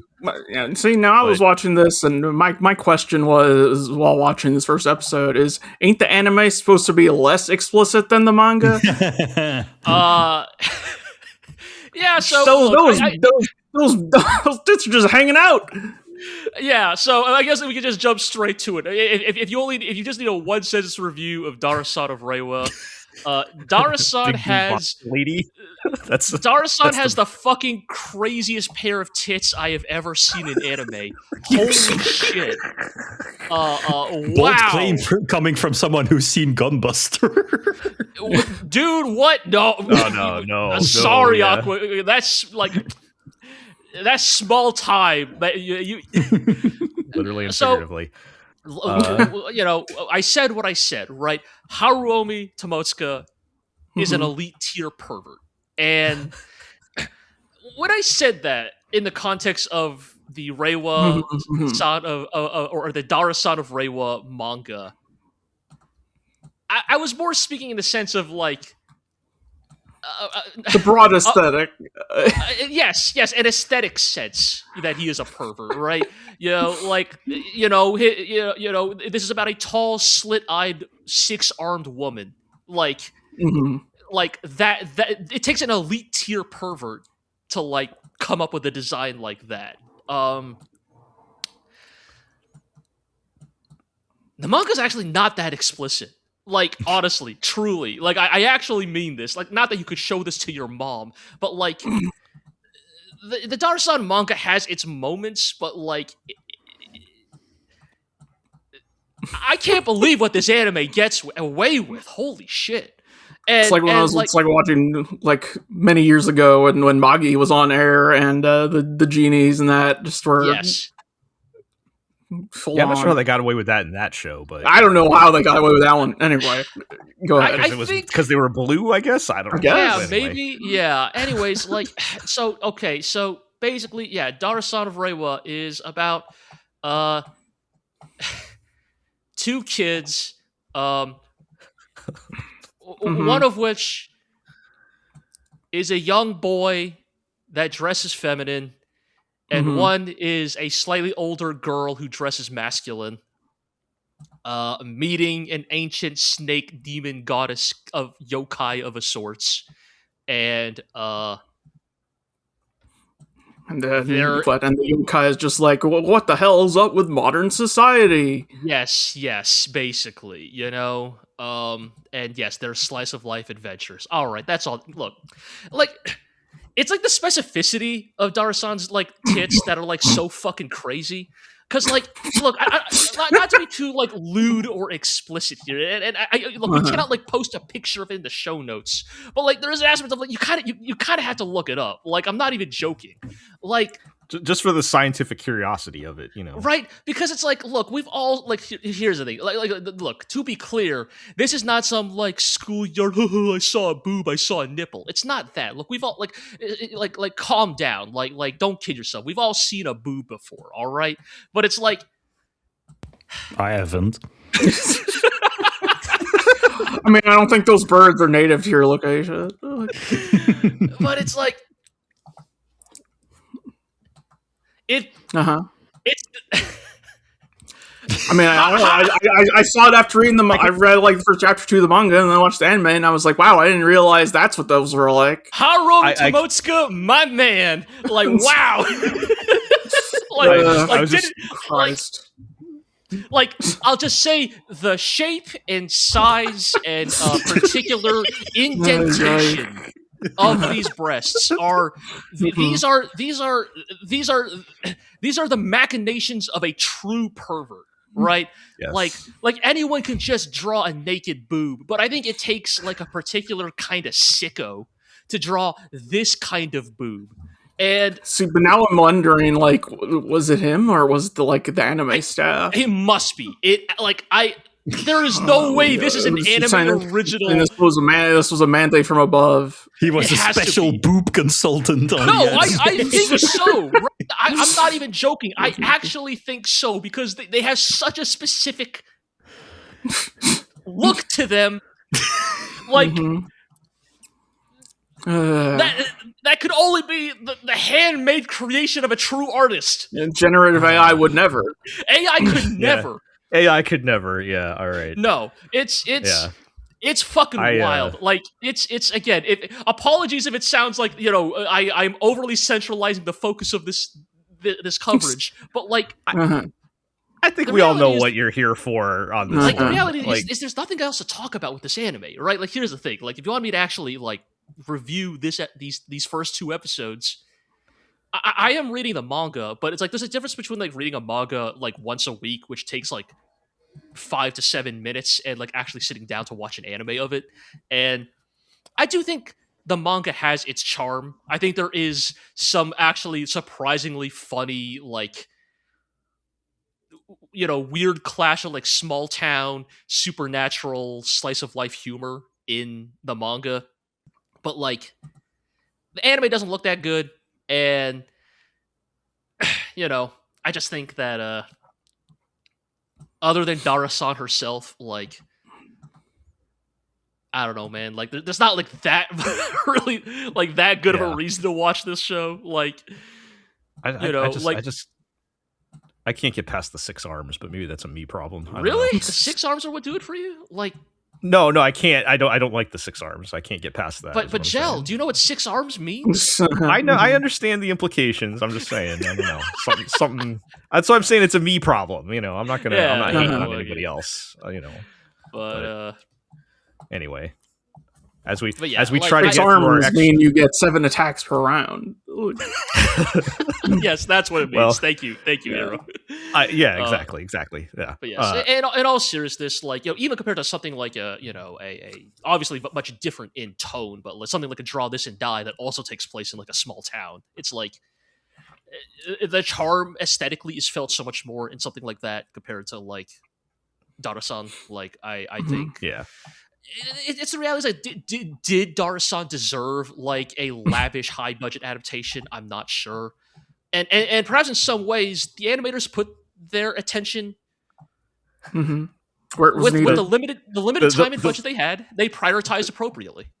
Yeah, the most efficient use of their time and resources. Yes, sure. And I can respect them for that. I'm glad on this extra long preview episode we carved out enough time to talk about the important things in life here with Dara-san. So maybe I should check this one out. I don't know. Look, you could probably look up. Look, man. Like a lot of things in life, maybe you can don't do some watch the whole episode, and you'll get what you need out of it. Yep. From the people who brought you horse pussy, now we have snake boobies. We need to move all on. right. We got to class this up again. God. Well, let's talk about. I don't think I've heard of this one at all. So, okay, the Grub Show. Oh, so if you recall, yes, this was in the preview. Yes, this was in the preview. So this is the Bargain Bin PA Work Show, which is not actually a PA Work Show. Yes. About a traveling circus in rural Japan in the 1960s, which sounds pretty cool on paper, and I can assure you it is not. Well, okay. So when I say this is a Bargain Bin PA Work Show, it definitely is trying to channel that same energy of the young quirky girls working hard at whatever job they're doing, and there's some drama, but also some silliness, and whatever charm PA Works has that is their distinct style is not here. like they're trying, like they're doing the things, but maybe this just needed to be set in a sleepy seaside town with pastel colored lighting. I don't know, but it was just not. It felt a lot more like a conventional cute girls doing cute things, whatever job they're doing. Mm-hmm. It does a lot of things I hate. Like all the girls look like 5 years younger than they actually are. The designs are very like cute, young looking. The head ringmaster is like she's the adult, but she looks like she's 12, and everyone's like, hey, why is there an elementary schooler running the circus, right? That kind of thing. Hilarious. It's truly unprecedented. Yeah, just for like a little context of the story, like it is basically about it's a traveling circus, but it's like all young orphaned girls that are in the circus. And so like the main girl was like the daughter of the ringmaster of like the biggest and best traveling circus in rural Japan, which I guess is a thing, of course. But she hates it and runs away, but then she ends up in another traveling circus, and the whole thing was her way to the big top. Like I don't know what I don't know what the plot wasn't really that important, but like now she's here to like shape up this other traveling circus of misfit girls that are like mediocre at their job, and they're probably going to gombroi to the top or whatever. So the other big thing, and what I think is the biggest sin of this show, is, as I mentioned, it's supposed to be taking place. It's in like 1960s rural Japan, and I would have no idea that is the case unless I read it in the description. I hate when shows do that. Do not use the setting at all. This could have been now. It could have been 10 years ago. It could have been 20 years ago. Doesn't matter. All the girls are wearing like, kind of weird anime design clothes that don't fit any particular real world time period or anything. And it's just like, they just don't have phones. Why did you even say it's... Why did you even bring that up, right? Why set things in the Taisho or the Showa if you're not going to have somebody with a kimono and also a Western hat? Like, right, yeah, and it's like maybe I would have realized at some point nobody had a cell phone, but that never matters anywhere in the plot. So like, I don't know. It just felt like there, that concept could have been something, and maybe if PA Works did this, it would have been at least okay. We don't always love the PA Works shows, but they usually have a charm to them that we appreciate, right? So or a bit disappointing. Link with at least something to tether them in reality, right? From something as opposed to like the La La it. Land and many of these cute girl shows are set in. Right, something relatable about your own work experience or whatever, right? So that's not really happening here. So pretty disappointing. I will say it does a lot of nice looking shows this season, and this one was like not on par with some of the other ones, but it was a nice looking show. Like it almost felt like they are trying to emulate the PA Works style a bit too, which they usually make very nice looking shows, and this looked pretty good. But that's probably the main positive I would say about it. So disappointing. But speaking of great looking shows that are disappointing, yes, yep. Oof. Let's move on to talk about Sparks of Tomorrow. This is the new Kyoto animation show. Yeah. Just broadly speaking, the plot, it's like an alt universe. This is Taisho era. It's supposed to be Taisho era. It's Meiji. Yeah, it's late Meiji. It's like an alt universe where like electricity did not really take to broader society, and so they all use steampunk like tubes and stuff, and what the main character has the electricity manual or whatever that where he wrote down all the electricity knowledge, his all the secrets to electricity in one piece. Yes, and so what? I guess the bad guys want that for themselves for some reason. To make money. So the main kid and this random girl that he meets have to go on the run or something with the book or whatever, right? But the show kind of sucks. It is Go ahead. So no, like my thesis. Go ahead.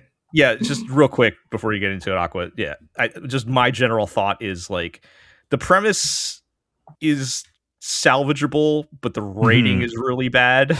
Yeah, like really bad. And it does look very nice, but we can talk about that later. But go ahead, Aqua. Yeah. My thesis for this is basically this is another one of these. I'm sure you'll have something to say about this, Zero. Like competitors in Kyoto Animation's Publishing Wings yearly contest, where people can submit a novel, and then whichever wins, except nothing ever wins, will get turned into an anime by Kyoto Animation. And I think the idea behind this is that, like, they're like, oh, we're the prestigious anime studio, we're putting us out there, and, the greatest in the land will partake in our competition, and whoever wins shall be graced by a wonderful anime adaptation of their masterpiece. Except the problem is, like, they don't get the greatest of the land, they just get randos submitting their first draft. And this one in particular seems like it was written just to be animated by Kyoto Animation. Like, it has all of their things.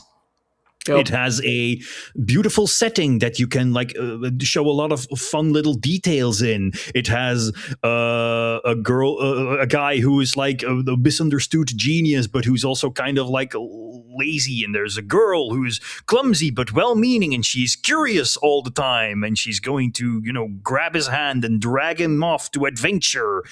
And it is like you can hardly blame the studio for, doing what they always do, which is polishing turds. But on the other hand, they're the ones who keep asking for turds to polish.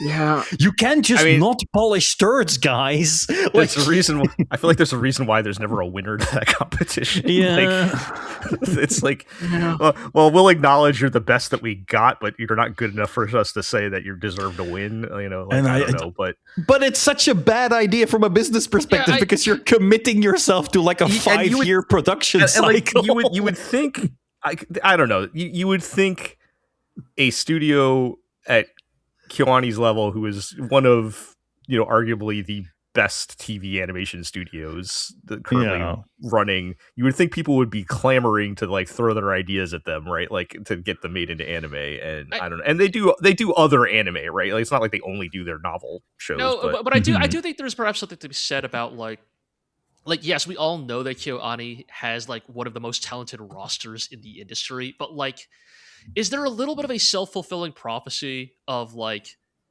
now here's the thing, I wouldn't want, well, I guess KyoAni already is kind of an adaptation factory in some aspects, right? But it's like, is there almost a little bit of like, if you have like a hot manga or light novel that needs adapting from like a proper ass publisher and you're shopping around for a studio to do it, do you like not even bother calling KyoAni because you're just like, they're just gonna pick something from their like dumbass like book contest?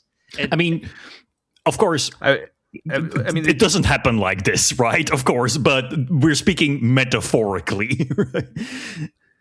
Yeah. I mean, and they do other. I mean, they do other. Like, don't they have a big adaptation coming up? Yeah, they've got Ruri Dragon coming up. Yeah, right. So they do other stuff, but it's just like, they've clearly invested. It's like, it's not like they're half-assing this, right? Like the show looks pretty good. Like, I mean. Like, I think that's the thing G is alluding to. Like, if the Ruri Dragon thing is clearly like them picking up something with a lot of hype behind it, and you're wondering like why, like maybe behind the scenes, do Kyoto Animation, do they compete to get I don't know, like Dan to Dan or the Sakamoto Days or whatever I'm big not like even Shonen Jump pointing property. At, like, Shonen Jump. I just mean even. No, I just mean like whatever big project like. Or I don't know, let's say friggin' what's his name? Utena guy is looking for a new Ikuhara. Studio. Yeah, Right. Ikuhara is looking for a studio too for his new project. Right. Do Kyoto Animation like put themselves out there and be like, we want to be that studio? That's what I'm wondering. I'll even put it this way: why the fuck did Naoko Yamada have to make Heika Story aside Saru, not KyoAni? Right? Yeah. Like it's. and I think I think I am long past like my KyoAni hater phase, but I think these days I have more settled into a like, why do you squander your like seemingly limitless talents on like the most bland dog shit imaginable? Yeah. I mean, and I get the feeling that it is like some kind of weird rights issue or a tax write-off or some shit, right? It is, we want to control this property in-house. Like, we want to own this property, both the source material and the anime adaptation. I think it has to be something like that. Yeah, there could be something about it wanting to have some sort of like organic, homegrown type of but I don't know, get some writers. I just get your in-house, get some in-house original writers. things, like, I don't know. Right. I don't know, it's just it's baffling, and it's going on for 15 years now, right? Like it's I don't even necessarily think the show looks that great. Like, that's another thing, right? Okay, that's I think we may have some small level of disagreement on. Okay, so let me be more specific to my meaning. Like, all of the backgrounds are lovely, the lovely hand painted, beautiful backgrounds. Yeah, they all look like oil paintings. You can see like the canvas lines. Yeah, those are all lovely. Like, no complaints there whatsoever. Like, the way the characters look and move is it's activating a weird thing in my brain where it's like, it looks like a TV spot. It looks like a commercial, and almost, because it's like so lavish, to the extent where like my brain loops around. I'm like, suddenly this looks cheap to me. Does that make sense? Yes. Like, so I think, how do I put this? I do not have the like technical jargon to like break it down, but there's a little bit of like, is there a little bit of the like, and now I know it's not actually moving at a higher frame rate, the show itself, but like, is there a little bit of like when you watch like live that kind of film, effect? Yeah, like, like if you were one of the people who saw the like 60 frame cut of The Hobbit, and like, see, like one of those things of like, it suddenly loses we've become so accustomed to the like, now it looks like people in costumes. Yes, like we've become so accustomed to like the particular ways in which film or all forms of media are an abstraction of real life, right? And thus we have become very accustomed to what those like tricks are, right? Yes, like, I think it is some of that. I do not like the term because it comes from a very stupid like fandom, like terminally online brained perspective, but like sometimes it gets thrown about that a show feels over animated. I don't think I would call this over animated so much as just like overdrawn, but that's like not. But that's the thing, right? What we're getting at is the idea that like in art, there is this idea of areas of focus and areas of rest, right? There's this idea of that when you are looking at any given frame of an animation, any page of a manga, the canvas of a piece of art, that ideally the artist wants you looking at one specific part of the overall frame, so to speak, right? And usually that part is advised to not take up more than, say, 30 to 50% of the entire frame, right? Because the idea is that like it's like the way the human eye works is like if you make any individual like frame of anything too complicated, the eye does not actually know where to look. It doesn't know where to direct its attention, and so some of this is cost saving measures, but some of this is also based in like real art principles that like when you're watching animation, the more you think about it, the more you're like, oh, this is a still background and like one character is moving on screen, right? And sorry, if I can interrupt quickly, that just reminds me of like I saw a post the other day of someone being like, well, this new Disney movie is made for like watching on a vertical screen because only 1/3 of the screen is actually being used. So it's like, no, you fucking moron. That's how filmmaking works. I will say for that particular movie, I think the reason why some people brought that up is it has a lot of weirdly centered shots which right. does make... So yeah, if you were automatically cropping it, it would be a character, yes. right? Yeah. But also that can just be a stylistic choice to center the experience of the main character. Like, I don't know. So, it is but a yeah, little... for Sparks of Tomorrow, like, yes, some of that is like the vibe I was getting from it, right? Like, yeah.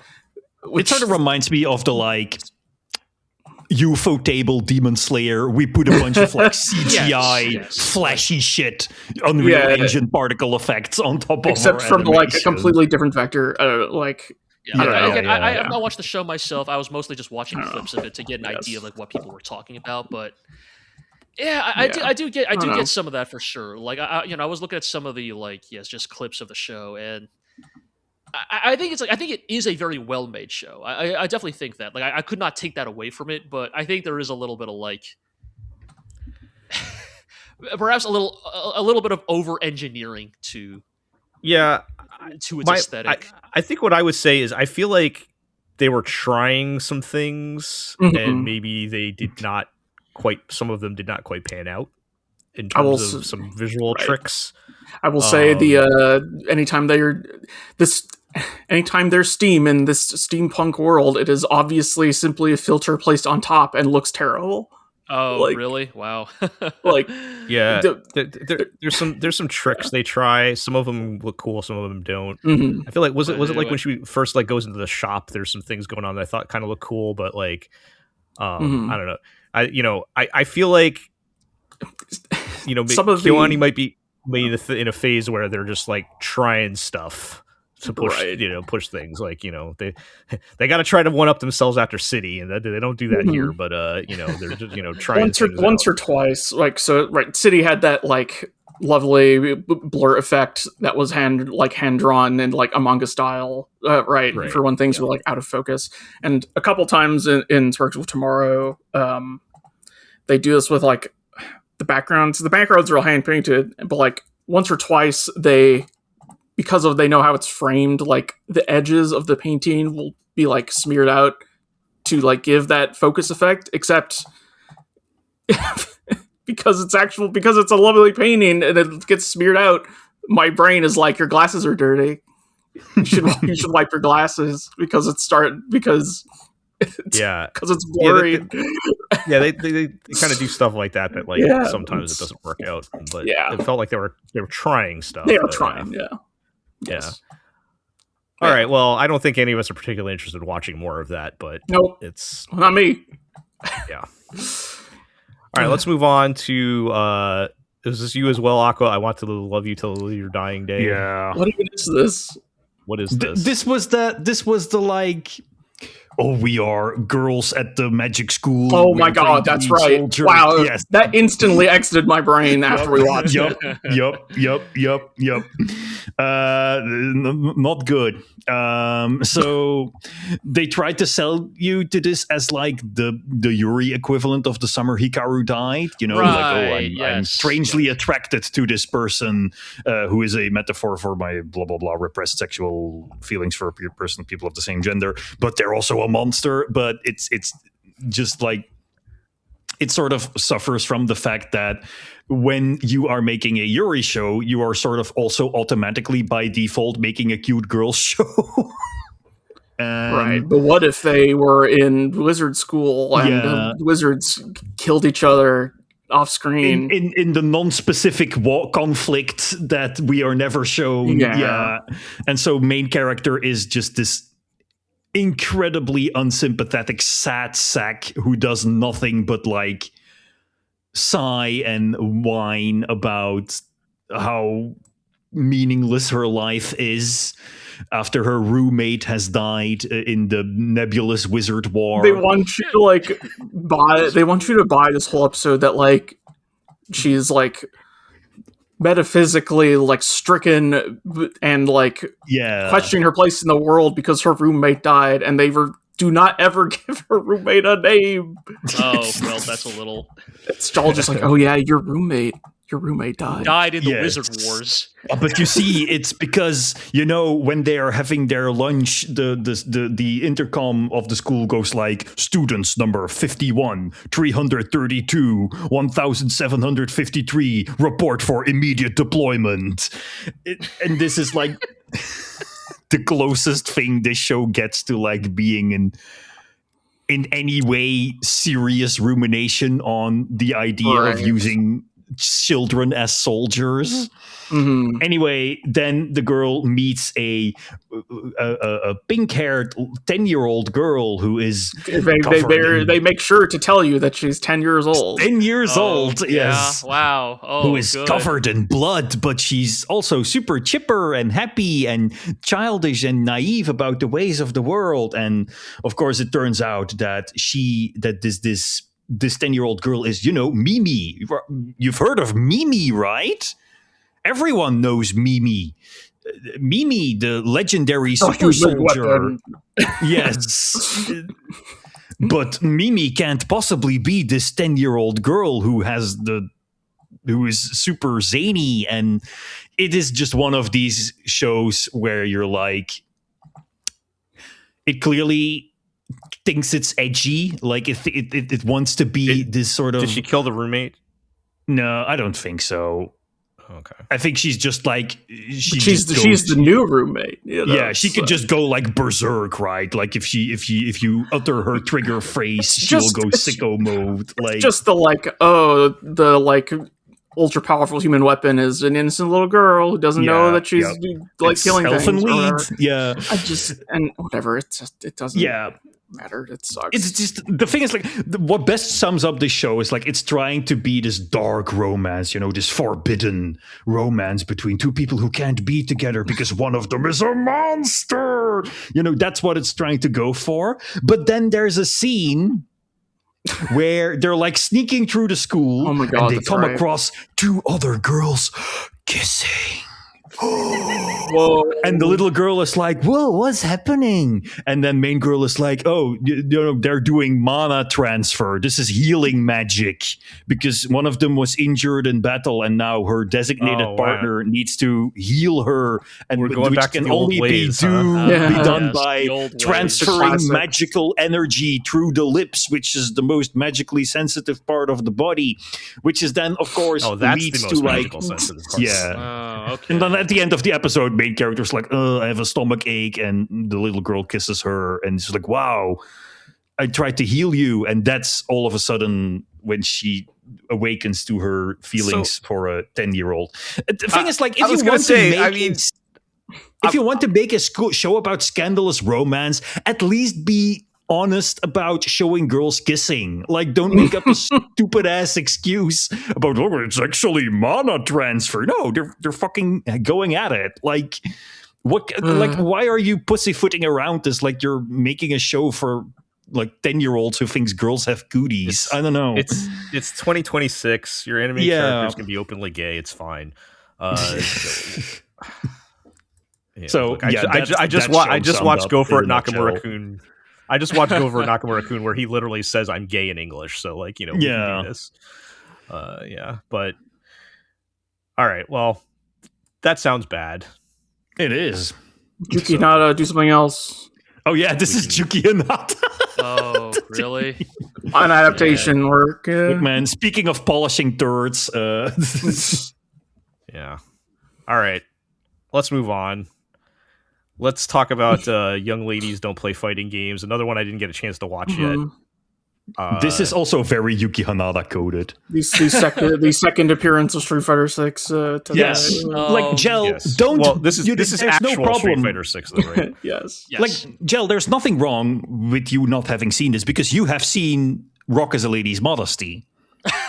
Yeah, that's why. Yes, and that's the first episode of Rock as a Lady's Modesty, except playing the guitars and the drums is playing Street Fighter 6. And that is why I wanted to watch this. Yes, because that show is great.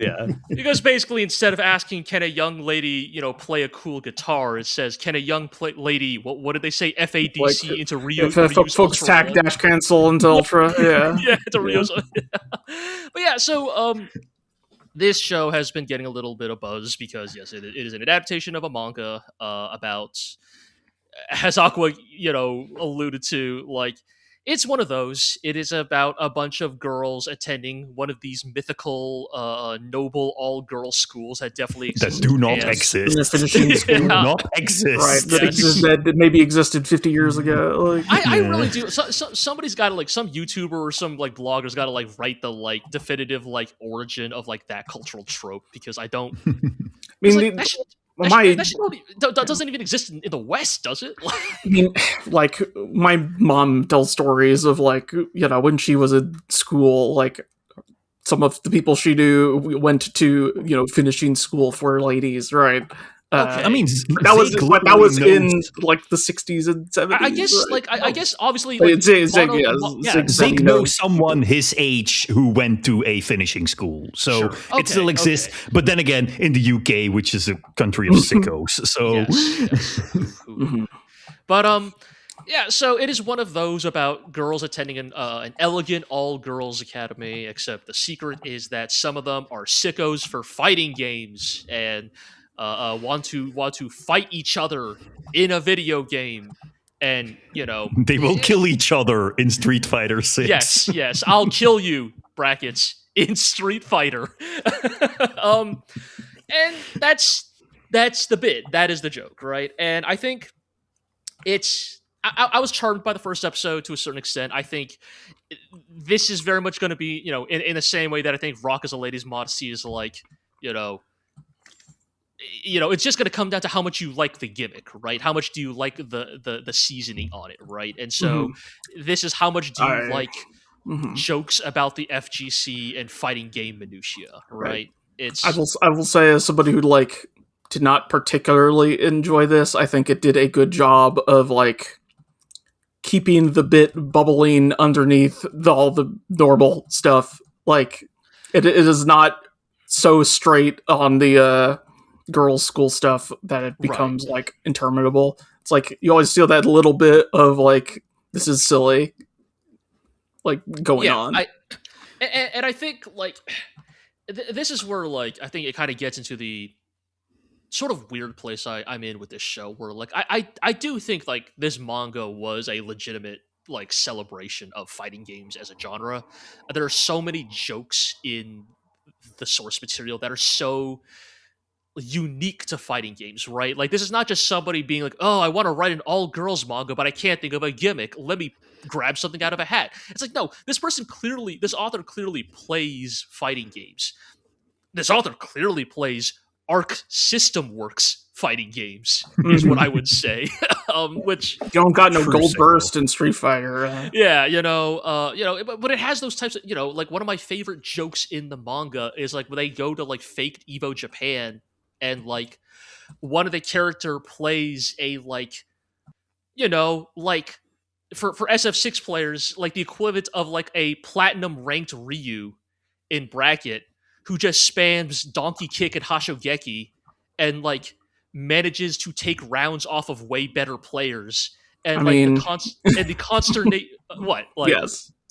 No, I mean right, that's and the consternation of a player who is objectively a worse player than you, but they play in such a fucking caveman unga bunga way that this is this is a known fact. But even I am aware of these types of players. Don't they usually play Ken?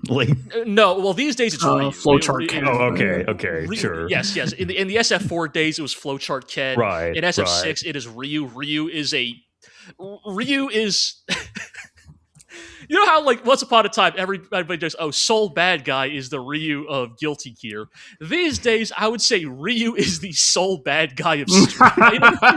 He is a mindless ape who just exists to fucking throw donkey kicks and hashogekis until the one time you don't fucking wake up block them, and then you eat 70% of your life to a Shin Shoryuken. Ryu players are monsters. They are beasts in human clothing. They don't deserve respect. They don't deserve all they did was rights. Twirl the stick. Yes. All these fucking monsters do is twirl a stick in a circle. But yes. Yeah. And so there's a specificity to the jokes that it's there's an authenticity to it. And I think what I'm kind of running into is the way the footage is presented in this show, because what they do for the show is they are just straight up pulling footage of Street Fighter 6. Yes. And like just vanilla ass SF6 just appears on screen in between cuts of anime girls like hitting buttons on a fight stick. And I think there's just something a little like weirdly sterile about that. Like it's almost like Street Fighter 6 looks too good, like it's too modern of a video game. And so you lose the kind of abstraction that I think a show like this would benefit from. Like you know, it's like if they were playing like Alpha 2 or Third Strike, like and this is not just me being an old head because I don't, you know, I have like a cumulative like Playing 6 Blaze hours of Third Strike. Yeah, it's like I think they were playing like a sprite based game. It's like there'd be a little bit more of a disconnect. Like you could probably throw like a CRT filter over the footage, but here it's not even a camera filming a screen that is displaying Street Fighter 6. It is literally when they cut to Street Fighter 6, it is just raw footage of Street Fighter 6. And it sort of reminds me of those goofs in like old Nickelodeon cartoons where they would just put like live action explosions on top of the cartoon. a little bit, yeah, but like It's- not it's even that, in that like, intentional except way, not for right? comedic like effects. And I think it leads to like a weird disconnect because like Mhm. the anime still just looks like an anime, you know, and Yep. so it is not that we are filming people playing Street Fighter 6. It is that we are watching anime girls walk around, and then occasionally it just cuts to again raw, unedited Street Fighter 6 footage. And I think there's also an aspect of like SF6 is like it's a good video game. It's probably one of the best Street Fighters Capcom's ever made. I will give it that, but it is. Street Fighter 6 is a little bit of a sauceless Street Fighter in some ways. Like it like Does it make it feel like a Street Fighter commercial? yes, in that's ways. exactly what it is. Mhm. I feel like I am watching a Street Fighter commercial. Sometimes it feels like more than I am watching a celebration of fighting games. And I think Like, because I'm assuming Capcom probably paid them Yes. or one way or the other. Capcom, Oh, yeah, Capcom Yeah, so, like, and Mad so- Catz are sponsors. Right, so yes. that's like we're gonna get our money's worth. You guys are gonna show Street Fighter, like that's right, what right. it They feels they like, explicitly show this girl plays with a Mad Catz, you know, fight stick, you know, like, Mind like you, that kind of. like it's probably worth mentioning that this is an existing partnership because they already did a live action adaptation Yes, of the where they manga used, where they play Street Fighter 5.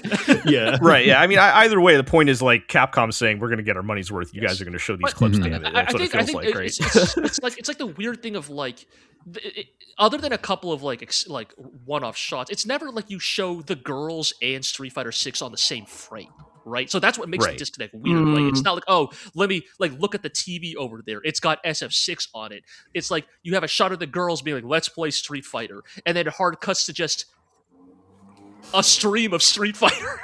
Mhm. It's like Yeah, that is weird. it weird. feels a little like You don't even get a like picture of them. right, I don't like know. a fake picture-in-picture or like a fake TV display of Street Fighter with a little bit of fake screen glare would somehow feel more real than just hard Mhm. cutting to the footage. And Mhm. it's one of those weird choices that it's like, oh, but you know, Capcom definitely wants their Street Fighter footage to look as pristine as possible, but as a result, it doesn't feel.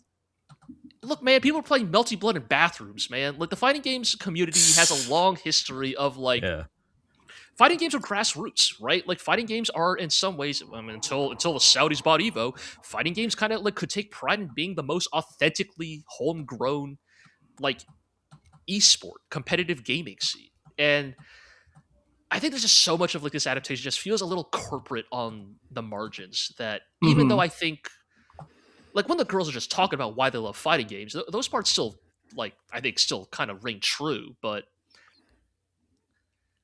I think just every time they cut to the Street Fighter footage, it's always just gonna feel a little weird. yeah. We're gonna have to keep moving, but just real quick, you guys gonna keep watching it? Like, are you positive enough on this to stick with it, or what do you think? I will probably keep an eye on it. You know, like they haven't even introduced the best character yet, who is the most toxic Guile player I have maybe. Guile players are historically not that toxic. Like, you know, like if you play Guile, if you play fucking Guile in 2026, you're probably like a 40-year-old man. Like let's not like pretend here. Isaac. Right? Yeah, yes. Like, look, young bloods are not playing Guile. All right, if you want to zone and you're under the age of 30, you're playing JP. You're playing somebody else. You know, like you're not playing fucking Guile. All right. Only when you're a real red-blooded American who still respects the flag, you play Guile. Unless you're Higuchi, I guess. But and so there's a very good bit when they introduce this fucking little girl who plays Guile, and man, she is such a fucking shit talker. And to be fair, you know, a girl after my own heart. I think she literally says in the manga, word for word, grappler players should kill themselves. So, you know. Sorry, Aro. Well, sorry. You're not sorry at all. Yeah, actually, you're right. I'm not. All you fucking do is spin a circle and press a button. You think you're a genius. You wouldn't pour out a whiskey on my grave. You'd piss on it. All right, we need to move on. That does sound like fun to some degree, though. All right. Let's. Of course, we have the three arguably biggest shows. Yeah. All right, now let's actually class up here. We need to move on. Let's talk about Goodbye, Lara. Pretty good. This is okay. So is this like the sequel to The Little Mermaid? Is that the elevator pitch? I think that is the vibe. Yes. Yes. I get the feeling that this is Little Mermaid isekai. Yeah, so first episode literally say shoutouts to my dog Hans Christensen or something. Hans Christian Andersen. The first episode speedruns the plot of the original Little Mermaid fable, basically. And they do some fun stuff of like names changed to protect the innocent, right? But and they do some fun stuff of like they know that you have probably seen the Disney The Little Mermaid, and so like riff on that a little, you know, like right. So, like in the original Hans Christian Andersen story, the Little Mermaid dies, right, and dissolves into sea foam, which is what happens here, like and a monster in Kamen Rider. And so I the first episode is mostly just, like I said, speedrunning the Little Mermaid and getting to that point, and then we're kind of set up with now what happens now that she's back, right? However, I do not want to like do a disservice to like how well speedrunning the Little Mermaid is presented. We'll get to that. I'm just kind of giving the general premise here, right? So I think it's going to be she's now going to be they kind of show at the end she's going to be now in present day, 2026. No longer in Norway or whatever. Right. Yeah. So Holland. We'll see where the show goes in episode 2. But as far as the first episode, yes. What an interesting. I keep talking about we're seeing a lot of trend toward retro art styles. I feel like the show looks old, but I can't quite pin like what era I would put it in. Yeah, it's kind of interesting where it kind of has the like very intentionally sort of like vaguely late 80s 90s like josei kind of art style a little bit, right? Like it's definitely like very much like shoujo coded, right? Like it's a little bit like, and it's not just because she has red hair, it even has a little bit like that Anna Green Gables kind of like you know what I mean, like, or like kind of vibe to it. And her dad's definitely straight out of a shoujo, like a right. But it has more modern sensibilities than that as well, right? Like the way it like does color and lighting, and obviously just like the production quality of it. But there's a little bit of the line art. The line art is like the line art and the character design. It has this sort of like kind of like weirdly retro art style, right? Like the pointy noses, the like kind of the way the way her bangs are shaped, even, it has that very old school sensibility, but like filtered through kind of a modern lens, I think. Modern techniques and like modern animation technique. Like it's definitely not just a retro throwback, like, in the way that like, we maybe talk about another show, which is much more like playing to like an older era of anime. I think I think Sayonara Lara still kind of feels like it has one foot in the modern. But yeah, a really pretty show, obviously. Really nicely produced, very beautiful at times. I think in many ways it's almost like it's almost a shame it had to come out this season where it is getting like sandwiched between, you know, the two 800-pound science saru gorillas in the room. But really excellent production. The only thing I will say about this show, I hope I'm proven wrong. I refuse to lose chess to a dog. I will not be queer baited by this show. Like, nice try, Sayonara Lara. I saw all those men in your OP. Like, you know, like, is this show actually going to pair up Lara with this like boxer schoolgirl? I mean, that would be fucking badass. But like, I just don't know if this show's. We'll see how old school its sensibilities are, right? Because you know, this is not necessarily giving me a go for it Nakamura-kun, you know, like vibe, right? Like this this show, I don't know. We will see, right? But I just so think... yeah. As of recording, there's only one episode out, right? So we don't. Two. Yeah. And is there a second one? When I checked this morning, I thought there was only one. It was out this morning. This is why I said I refuse to be queer baited by a dog. Okay, I haven't. I haven't seen the second episode yet. The second episode has an OP, and it's like a montage of like. Okay. You know, the implication is like, because the whole thing is like Lara is given this mission by the witch, right? That the she may be able to save her family if she manages to find true love. Right, and the idea is like, will she be able to find true love in this unfamiliar modern world? And no, you know how it's gonna go, G. It's gonna be like the girl is gonna be her true love, but they're gonna be like bashful about the nature of that true love. Mm-hmm. She's got to try being straight for like her first 4 partners before she realizes it's not working out. You know, friendship is love too. It's just exactly what I mean. It's like you know, they can be best friends, right? It's not a Four Kings moment, but the OP does just have a montage of hot dudes in it, and it's like, I see where this is going. You know? Yeah. Look, I mean, look, Utena also has 4 hot dudes. Like, and you're right. So that's the thing. I would love to be I would love to be proven wrong. It's just, I see a lot of you out there who are like, you're raising this show on your shoulders. You're like, we finally found it. The next queer anime masterpiece is here. Sayonara Lara is here, and I'm like, protect a piece of your heart before you go into this, because yeah. So G, you did watch the second episode? Yes. Okay.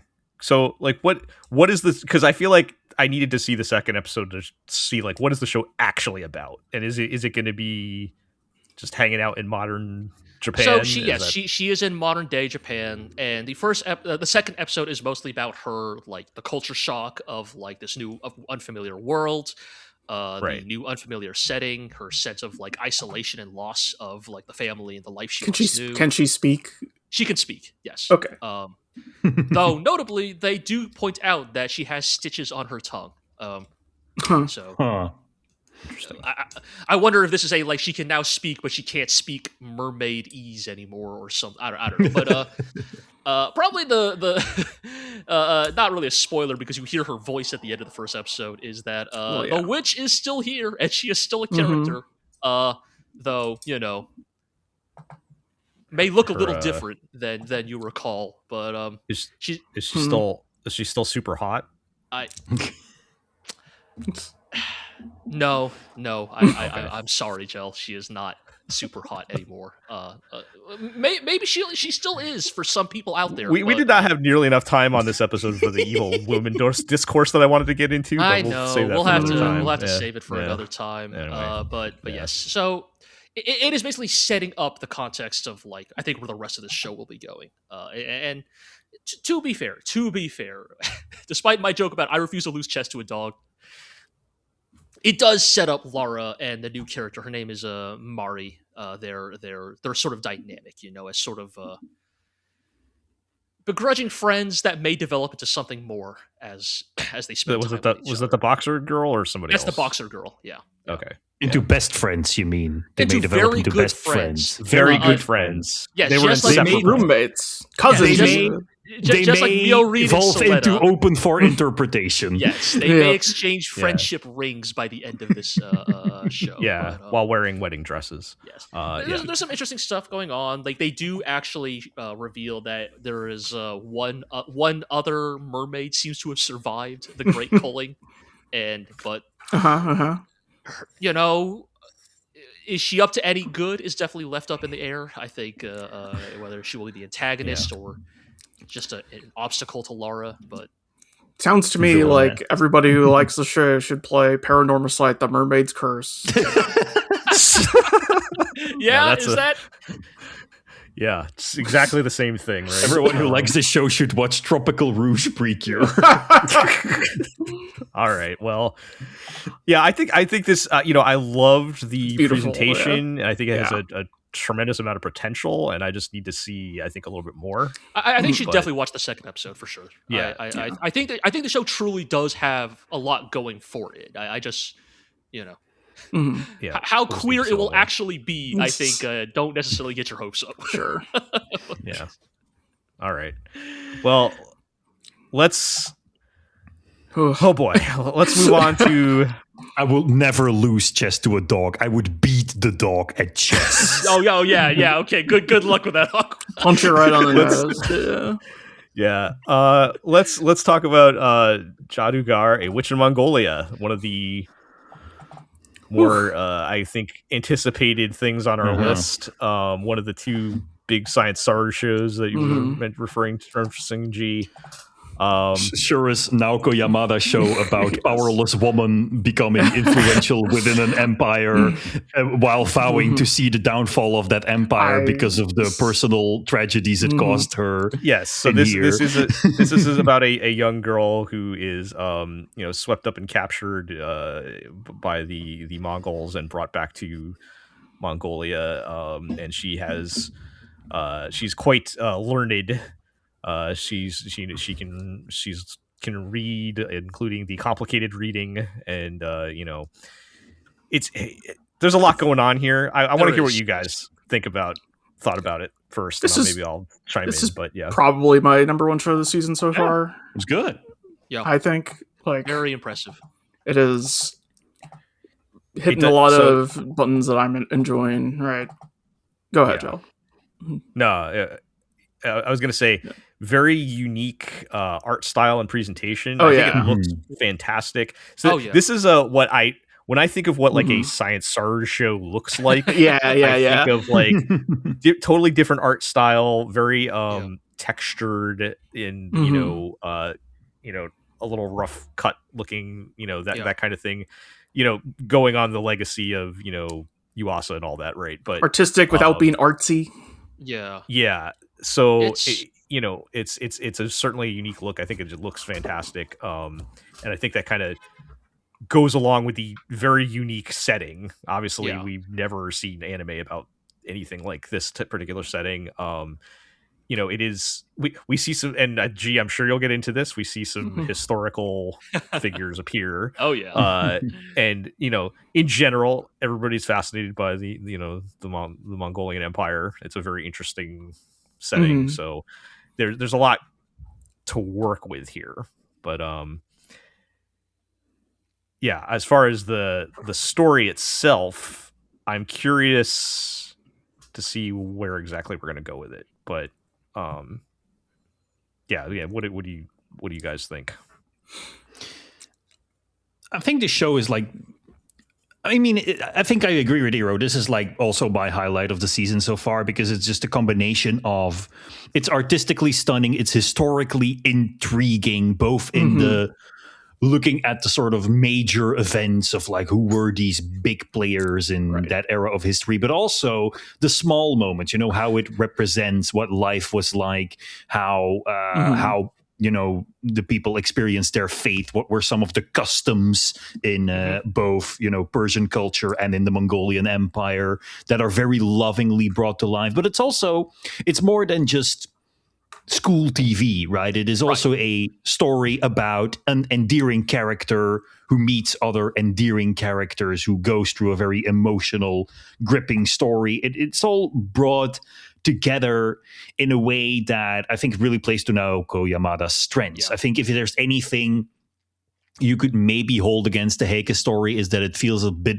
too distant, which is also part of what that show was, right? Biwa was a kind of like distant observer who vowed to merely chronicle what happened to the Heike. We joked about the comparisons between these shows, but like Biwa does not really effectively Biwa is the observer, not the main character. Whereas like Biwa's vow is literally like, I will watch you unravel because of your own arrogance, and then I will pass on your story. I will outlive you and pass on the story of your foolishness. Also, we have to remember, there is an element of like Biwa did love the Heike in their own way, right? Yes, like, these are people who actually met you. She had a meaningful relationship with, whereas I think Sitara is immediately presented much more in the story itself, but also a much more adversarial relationship with her new family. Yes. But I think like that, maybe if your problem with the Heike story was that it was maybe lacking a bit of warmth for some like personal stakes, that is definitely not a problem here. No. Like, I think my short and sweet like summary of like what I think Jaadugar is doing so well is that it is remarkably authentic in its portrayal, but it is fundamentally driven by human emotion, and I think that is what allows it to avoid the sometimes accusations of historical dramas being a little dry, a little distant emotionally. And I think Science Art deserves a lot of credit here. Their portrayal so far, or at least a visual portrayal of both the Khwarezmian Empire and the Mongol culture is surprisingly like they are definitely taking some liberties for the sake of like visual iconography, but like remarkably like authentic capturing of the aesthetics and clothing and sound and culture of the time period that I think do drive the human drama, right? Like even for Sitara, right? Like they do not shy away from the reality that like she is a slave, right? And like she is a perhaps slightly more privileged one, right? Because she had the luck and fortune of being bought by an affluent master, and a largely benevolent one. But who has an interest in quote unquote educating his slaves, like right. And so it's like fundamentally, I mean, obviously by the end of things, it seems that obviously I think Fatima, her I guess we'll say owner, so to speak, did come to genuinely like love Sitara, but like the show never really lets you forget that like fundamentally this is a again at best a master servant relationship, but again like they explicitly call her a slave. She is a slave who enjoys her lot in life, but she does not have the agency to leave, right? I mean they get into this with like some of the other slaves, right, where you meet Zimurid, the I think vaguely Slavic or Norwegian coded slave, right? Like this, in some ways the slave trade was one of the first truly like global trades in human society, for better or worse, right? Like this is it is not unthinkable that someone like her could have made it all the way to Central Asia, right? And but also like it's also just it is a good way of showing that in that era it was simply a fact of life, it was like they acknowledged that it was a horrible thing, but also that for many people, like this was their lives. This is the state of the world, right? The medieval era, the old world morality I sometimes joke about is very much apparent here. And and then I think once like the other shoe drops and we get into episodes 2 and 3 where she has become a captive of the Mongol Empire, and look, I will save G's history corner for later as the story develops. I don't want to just lay it all out on the table here. I'll give you guys the homework, but this is like legitimately one of the most interesting time periods in human history. Like you could argue that the Mongol invasion of the Khwarezmian Empire is sort of the founding bedrock of the modern world. What happens to Central Asia as a result of the Mongol invasion will forever change the trajectory of human history here. And the Mongol Empire themselves, a deeply compelling or enthralling entity. Obviously, I think we have a lot of association with the Mongol Empire for their famous brutality, but I think they also created arguably one of the first multicultural, multiracial empires in the world, right? Like, they've got sick horse archers in civilization. Yes, I warned you about the steppe nomads, bro. You can't ever let the steppe nomads get too big, because if they do, But seriously, the Mongol Empire is a fascinating global entity responsible for both great cruelties, but also perhaps some of the highest heights that human civilization could have ever reached at that time period. And I mean, and it's to the show's credit, right, that it both does not shy away from the brutality that is, that was a part of warfare in that era, but also does not show the Mongolians as mindless brutes. Right, they're not they just slavering beasts, off. Right? And in fact, we are getting into some of that, right? Because the thrust of the story now is that Sitara has sort of she's gone full fire punch. That smile in that you see episode 3? Yes. That's a fire punch smile if I've ever seen one. She has resolved that she's going to play the long game, right? That she is going to insert herself into the Mongolian court by any means possible to get her revenge, and that means to specifically become a lady in waiting to one of the great Mongol queens of this era. And she is Mau maxing. She's going full apothecary. And to be clear, I am not about to say girl boss gaslight gatekeep here, but I will say, to the Mongol Empire's credit, for the standards of the era, remarkably egalitarian on gender relations in some ways. And I think we're about to get into that because we're introduced to 2 of the major Mongol queens of this era. Turgene Khatun, wife of Ogde Khan, 3rd son of Genghis Khan, and Sorgatani Beki, wife of Tolui, 4th son of Genghis Khan. And look, not to spoil the history, these are very important women. Some might say maybe 2 of the most important women of the Middle Ages in some regards. And important, and as we are about to find out with Sorgatani, as they imply, well-read, right? And I think I'm very curious where this goes, because again, I do not think this show is necessarily, I'm very curious where it's going to eventually fall on Sitara's path of vengeance, right? Is this going to end up going the Vinland Saga, I have no enemies route? Or, is she going all in on, I will see the Mongol Empire burn to the ground, right? And I think her exposure to other aspects of the Mongol Empire, it's slightly softer elements. It's more cosmopolitan and, for the time, strangely egalitarian cultural norms. Will those, I'm expecting some conflict along the lines of no, I must continue to let the hate burn in my heart. Exactly, right. No matter how things how positive things have ended up for me. Right. No matter how my position in society has grown. No matter how nice some of them are to me.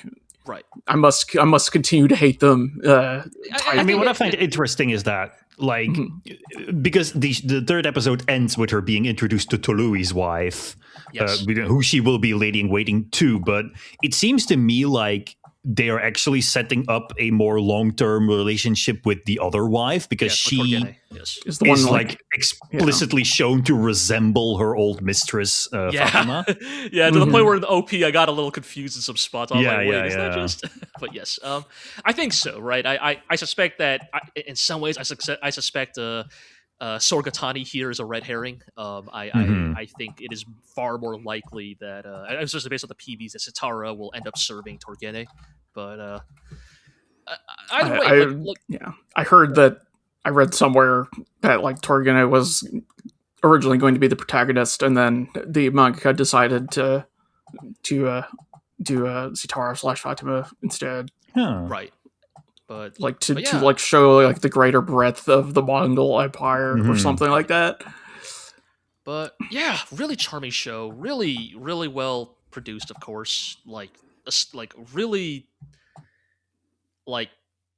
I mean, here's the thing. Like, if you actually ask me, like gun to my head between this and the next show we're going to be talking about, like, which is actually better, Jaadugar might actually be the better show in some regards. But you know, it does have 3 episodes over the other. But it is an unbelievably impressive undertaking.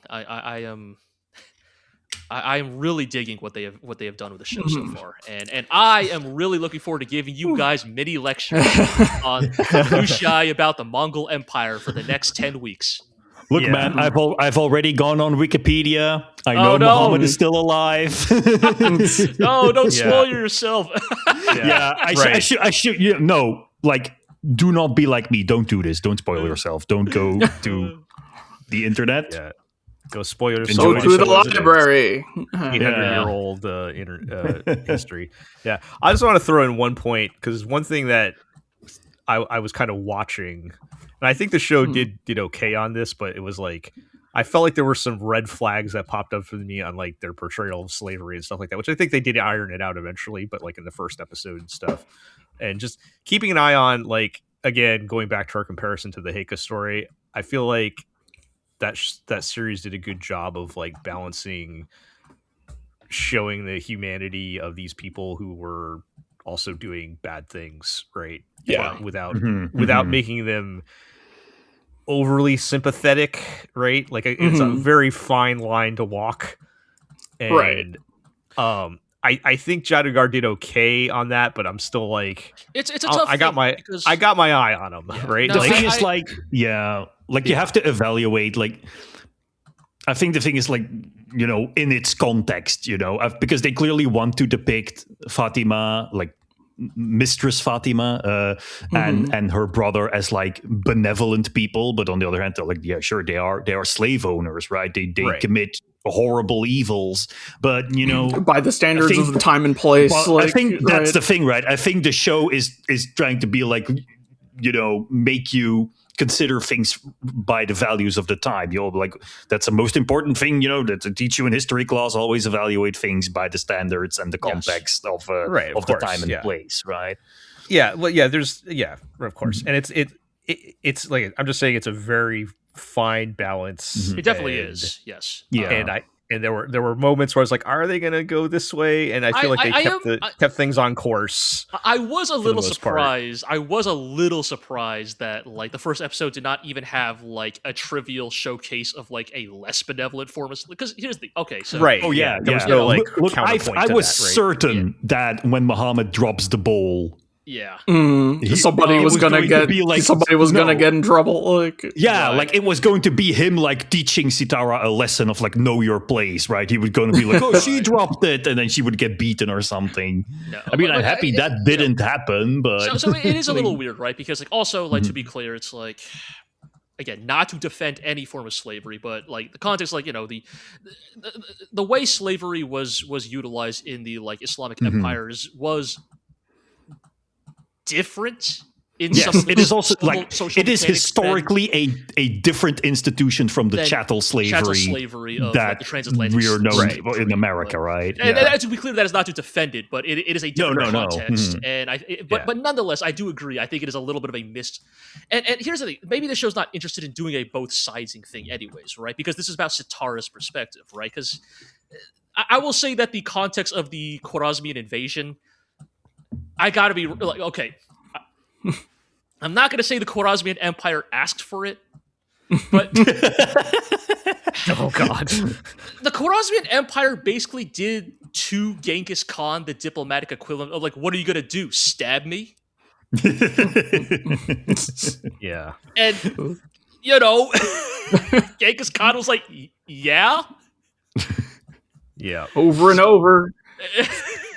but I digress. Well, yeah, yeah, my point was just I got my eye on that. We'll see. I think that is fair. I think that is fair. As I guess we're now calling her Fatima. As she's developing her relationships over time. Can they keep that balance? Which I think there's a good chance they will, but it's a very hard thing to do. Right? It definitely is. So, like, as impressed as I am with this show, like, there is like the tiniest shard in my heart of like, oh, this could potentially go somewhere weird, right? But I think right now they've done a very good job. Also, shout outs to wife guy Talui. Just ransacking cities, killing millions because his wife asked for a book. Like that's a wife guy for you right there. I hope you're all ready for moe depictions of some of the most murderous people in human history.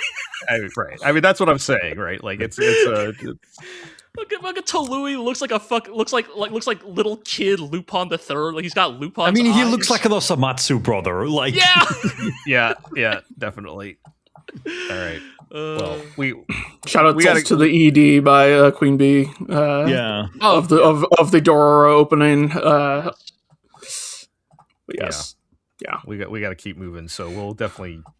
That's definitely a top contender for sure. What else is Science Saru up to this season? Well, notably, Science Saru also doing the Ghost in the Shell, if you will, which is, G would be no more than I, but is it fair to say this is perhaps an adaptation? Well, or an adaptation version, whatever we're going to call it, that's perhaps more faithful to the spirit of the original source material. I think I'm confident at this point saying that yes, this is presenting itself as a faithful adaptation of the original Shiro Masamune manga, in tone and aesthetic as well.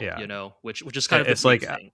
I never read the original manga, and I've not like big on. I've never like been up on Ghost in the Shell, but I am familiar with like a little bit with like like Appleseed or like I have a soft place in my heart for Dominion Tank Police. Dude, I'm was almost Dominion Tank Police also Shiro Masamune? Yes. Like I don't want to fucking pigeonhole Science Saru here, but I'm almost like Science Saru. Once you're done with this, I need you to make a Dominion Tank Police. Oh, that'd be so good. That'd be Science Saru presents Dominion Tank Police. Oh, I'd be so into that. So like as soon as I saw this. It's like, oh yeah, this is definitely that vibe more than my other experience being the 1995 movie, which is of course very different. Tone. So I think an interesting way to approach this is like, yes, I think the Ghost in the Shell, Science Saru's adaptation, it's leaning very like it very much rides the line and ends up on the good side of the line of hey kid, remember the 80s, which I think is already a thing that is very much already like getting played out, but I think this show manages to ride that line pretty well. They're going all in on it. Like they're going all in on the retro vibe, the retro analog technology. People are slapping cartridges and plugging in cables. Hacking visors are going chunk as they like go over your eye.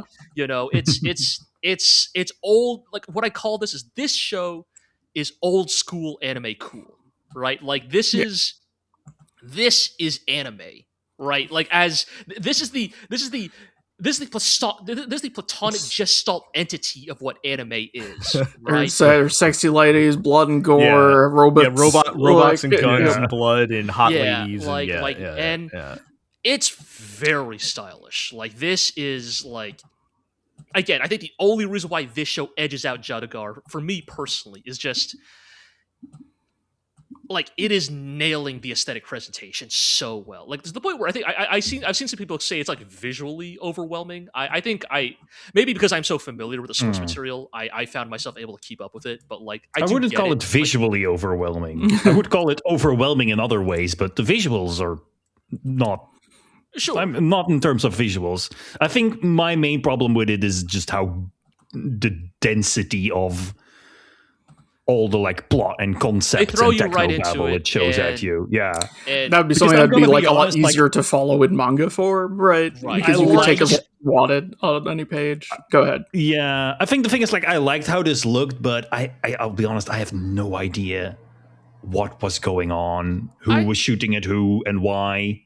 I think to a certain extent that is fair. Like, I mean, you know, Arrow, when we first started watching Standalone Complex, I remember you were like, who the fuck are all these other guys? Like, I know the Major. Who the fuck are all these other bozos that keep showing up? And it probably took like till like season 2 before I feel like you were able to confidently look at a person and say, that's Togusa. That's Batu. Right. And I was able to like ask questions too. Right. Yeah. And so I think, but that's like part of storytelling, right? You know, normally, like, it's normal that you watch the first episode of something and you don't know what certain concepts mean. And maybe I think in that regard, the fact that this is a known property makes me more quickly go like, I don't know what's going on. Do I need to know more about Ghost in the Shell to be able to enjoy this? I don't think so. Like, I think this is they definitely want this to be like something you can just jump into. But I do think it is approaching it from a little bit of that, like, almost like I don't know what's a good comparison, but like they're kind of throwing you into the deep end, and I think it's like there's a confidence there that like the style and the vibe will be enough that even if you cannot remember all these characters, that over time the immersion in this world will familiarize you to its characters and setting. But I will say I think it's very fair to go into that first episode and go, wow, they are dropping a lot of terms and like 9 characters just showed up, and that's the thing. Like, there are some like unconventional ideas in this that you maybe need to provide a little bit more context for, like, you know, what are they doing, like sort of diving into each other's heads and then that makes people's heads explode and that kind of stuff. Like, that is beyond the level of like tropes you may expect an audience member to be familiar with in order to like sort of in medias res. Sure. I think that's very fair. Like I always have to remember, as somebody who like consumes a lot of cyberpunk fiction, that like Ghost in the Shell to me is almost like, this is like cyberpunk fundamentals. You know, you plug a cable into your neck to hack people. You can make people's brains explode when you hack them. People got robot arms and there are spider tanks. But yes, I think it's like, if you're not as familiar with the conventions of this genre, I could see this first episode being kind of maybe overstimulating is the right word rather than overwhelming. Dense is the word I would use. Like, I would say I very much enjoyed it. I think I dig what it's going for. I'm very curious, like, I am familiar with the manga to some extent, and so I think they will eventually get into the more socio-political stuff. But again, and also this is being written, or, you know, this adaptation is being written by Toe Enjo, so like, you know, I don't think this will be a thoughtless show. But this first episode is very much like, it's very much about the Flash, right? Like, it's about cool chicks doing robot stuff, and, you know, like Togusa crashing into a wall. Right, you know, the little robot tanks are going, oh, wah, wah, wah, wah, you know.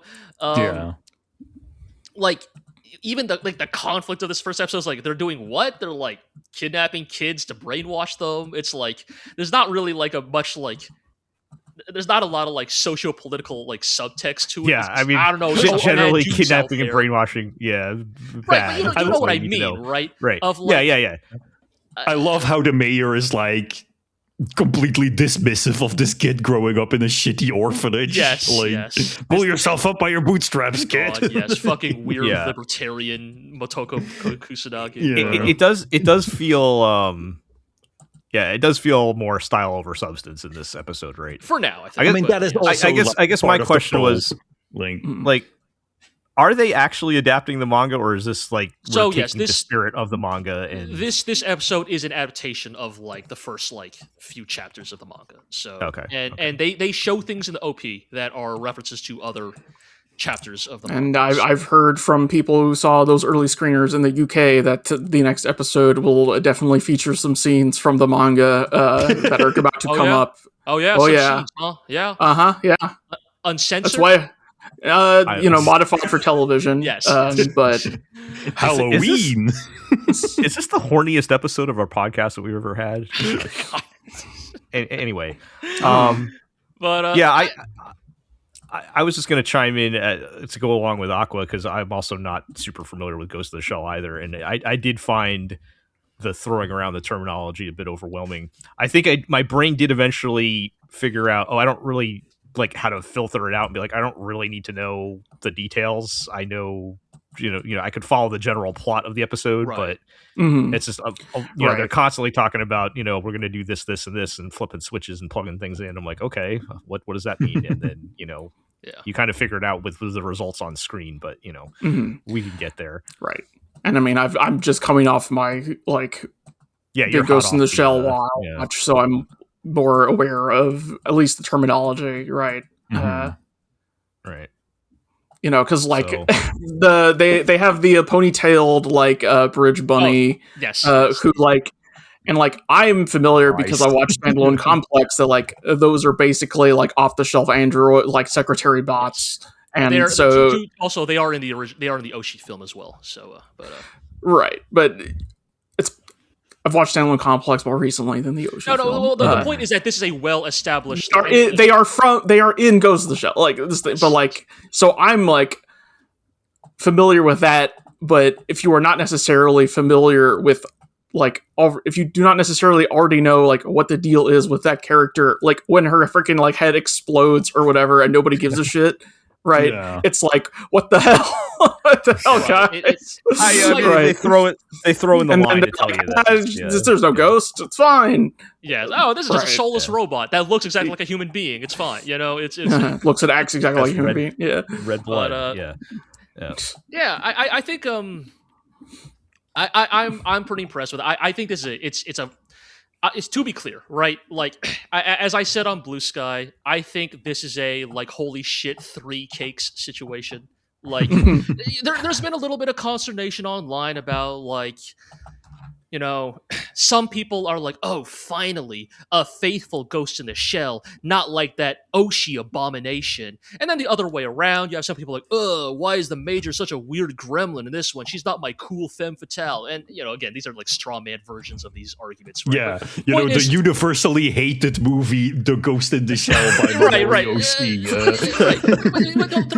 There are, and to be fair, there are some manga fans out there do have a weird chip on their shoulder about the Oshi film, because it sets the tone for every Ghost in the Shell adaptation for the next 20 years, right? So I am sympathetic, I will say. 30 years. But, God, geez, don't even... anyway. What are you talking about? Shell 1995 was only 20 years ago. Yeah, it was only 20 years ago, yeah. But,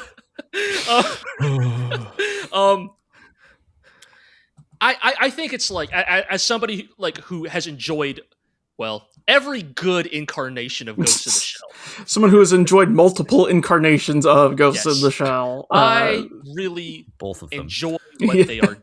I really enjoy what they are doing here, right? This is what's old is new again. It's a breath of fresh air. I love Oshi's Ghost in the Shell. I really do. I think it's unironically one of the greatest films ever made. Innocence. How do you feel about Ghost in the Shell? It's there too. My take on Innocence is I think you need to be a little old and world weary to appreciate that movie, which is why I think I enjoyed it actually so much more the second time I watched it. And I suspect that when I watch that movie in my 40s, maybe Innocence will actually become my favorite movie of all time, because then I'll look at Bato and go, wow, it's literally me for real, for real. But, I love the Major in Standalone Complex. Standalone Complex, to me, is the best show of the 2000s. If he was what is the best anime between 2000 and 2010, it is probably Ghost in the Shell Standalone Complex. Ooh. And those are great shows. I love them. You like it more than Gurren Lagann?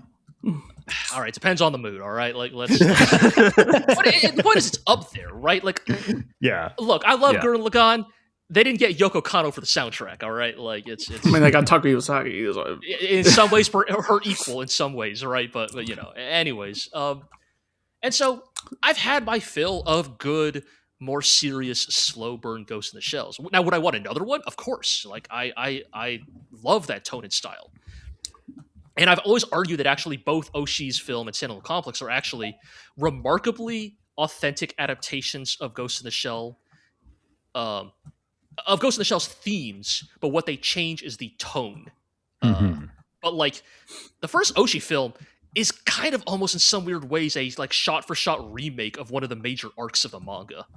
Just rather than it having a lot of 80s manga slapstick and pulp, it's just it is still adapting the manga. Like, it is not like an original thing that is called Ghost of Shell. And so here in 2026, where we are now getting, as everybody keeps saying, Gremlin Pink Motoko, jacket Motoko. Yes, pink jacket, right? Black trench coat versus pink jacket cyberpunk. Yes, we are firmly in Motoko's pink jacket era. I'm having a blast. Do I definitely hope it gets into the headier stuff eventually? I do, but also if this version ends up being just really solid entertainment, that already puts it over anything else that has come out of this franchise in the last 20 years. 2005 was standalone complex second gig. Oh my god, has it been 20 years since? The title of my post says 21 years later, man. Oh my god. Was the last good Ghost of the Shell 20 years ago? Oh my god, it was. Second gig was in 2005. Have I really not watched a single good Ghost of the Shell in the last 20 years? No, you've watched a Scarlett Johansson movie. Oh my god. Man. So that's I I think I think if I agree, G, if it just stays this kind of just fun, pulpy cyberpunk smashing stuff up, 80s nostalgia, 80s overload, I'll be happy with that. And then if it does more, then great. Then we bump it up to the next level of whatever. But it's even at the baseline now. I think it's going to be a lot of fun. So I'm looking forward to that. Yeah. All right. One last thing. Sorry. Just shout outs to Maya Sakamoto for taking on the mantle of the major. Right. This is the only other person allowed to do it. The only other person who was allowed to voice the major, right? And also the first person to voice her as an adult since Atsuko Tanaka's untimely passing years ago. It's a tough role to take on. The major is, I've argued that in Japan, the major's portrayal is, up there with, Goku. Irreplaceable. And so I think Maya Sakamoto does a pretty good job. I can definitely hear the difference. It's going to take me some time to get used to, but I think the different tone helps. But she's Sakamoto is one of the best in the biz, honestly. She's incredibly professional. A legend, yes. Yeah, legend in the game. All right. Well, I think we're already at a record-breaking length here. Real quick, what's your top show out of all this? Jaadugar. Ghost of the Shell, I think. Okay. I'm probably between one of those two, but in my heart, it's Chainsmoker Cat. I was about to say it's Yanni Neko, isn't it? Just say it. Just say it with your chest. In my heart, I was right on the preview show. Yes, Jaadugar, Ghost in the Shell, Goodbye Lara. Those are my anime blogger. Speak with your heart, not your head. Critic is yes, those are the best shows, but in my heart, the one that I want to go watch is Chainsmoker Cat. Fair enough. Yeah. So, what is this? Speak with your ass, not your head. All right, let's wrap it up then. Check us out at theglorioblog.com. We got some first look posts up there you can read. You can follow us on Blue Sky at the Glorio Blog. You can subscribe to the podcast on Apple Podcasts, Spotify, Amazon Music, Podbean, Stitcher, and of course YouTube, where you can comment, subscribe, ring that notification bell, all that good stuff. Tell us what you're watching, if there's something that we missed here, or what your favorite show is, and tell your friends, tell your enemies, and we'll catch everybody next time.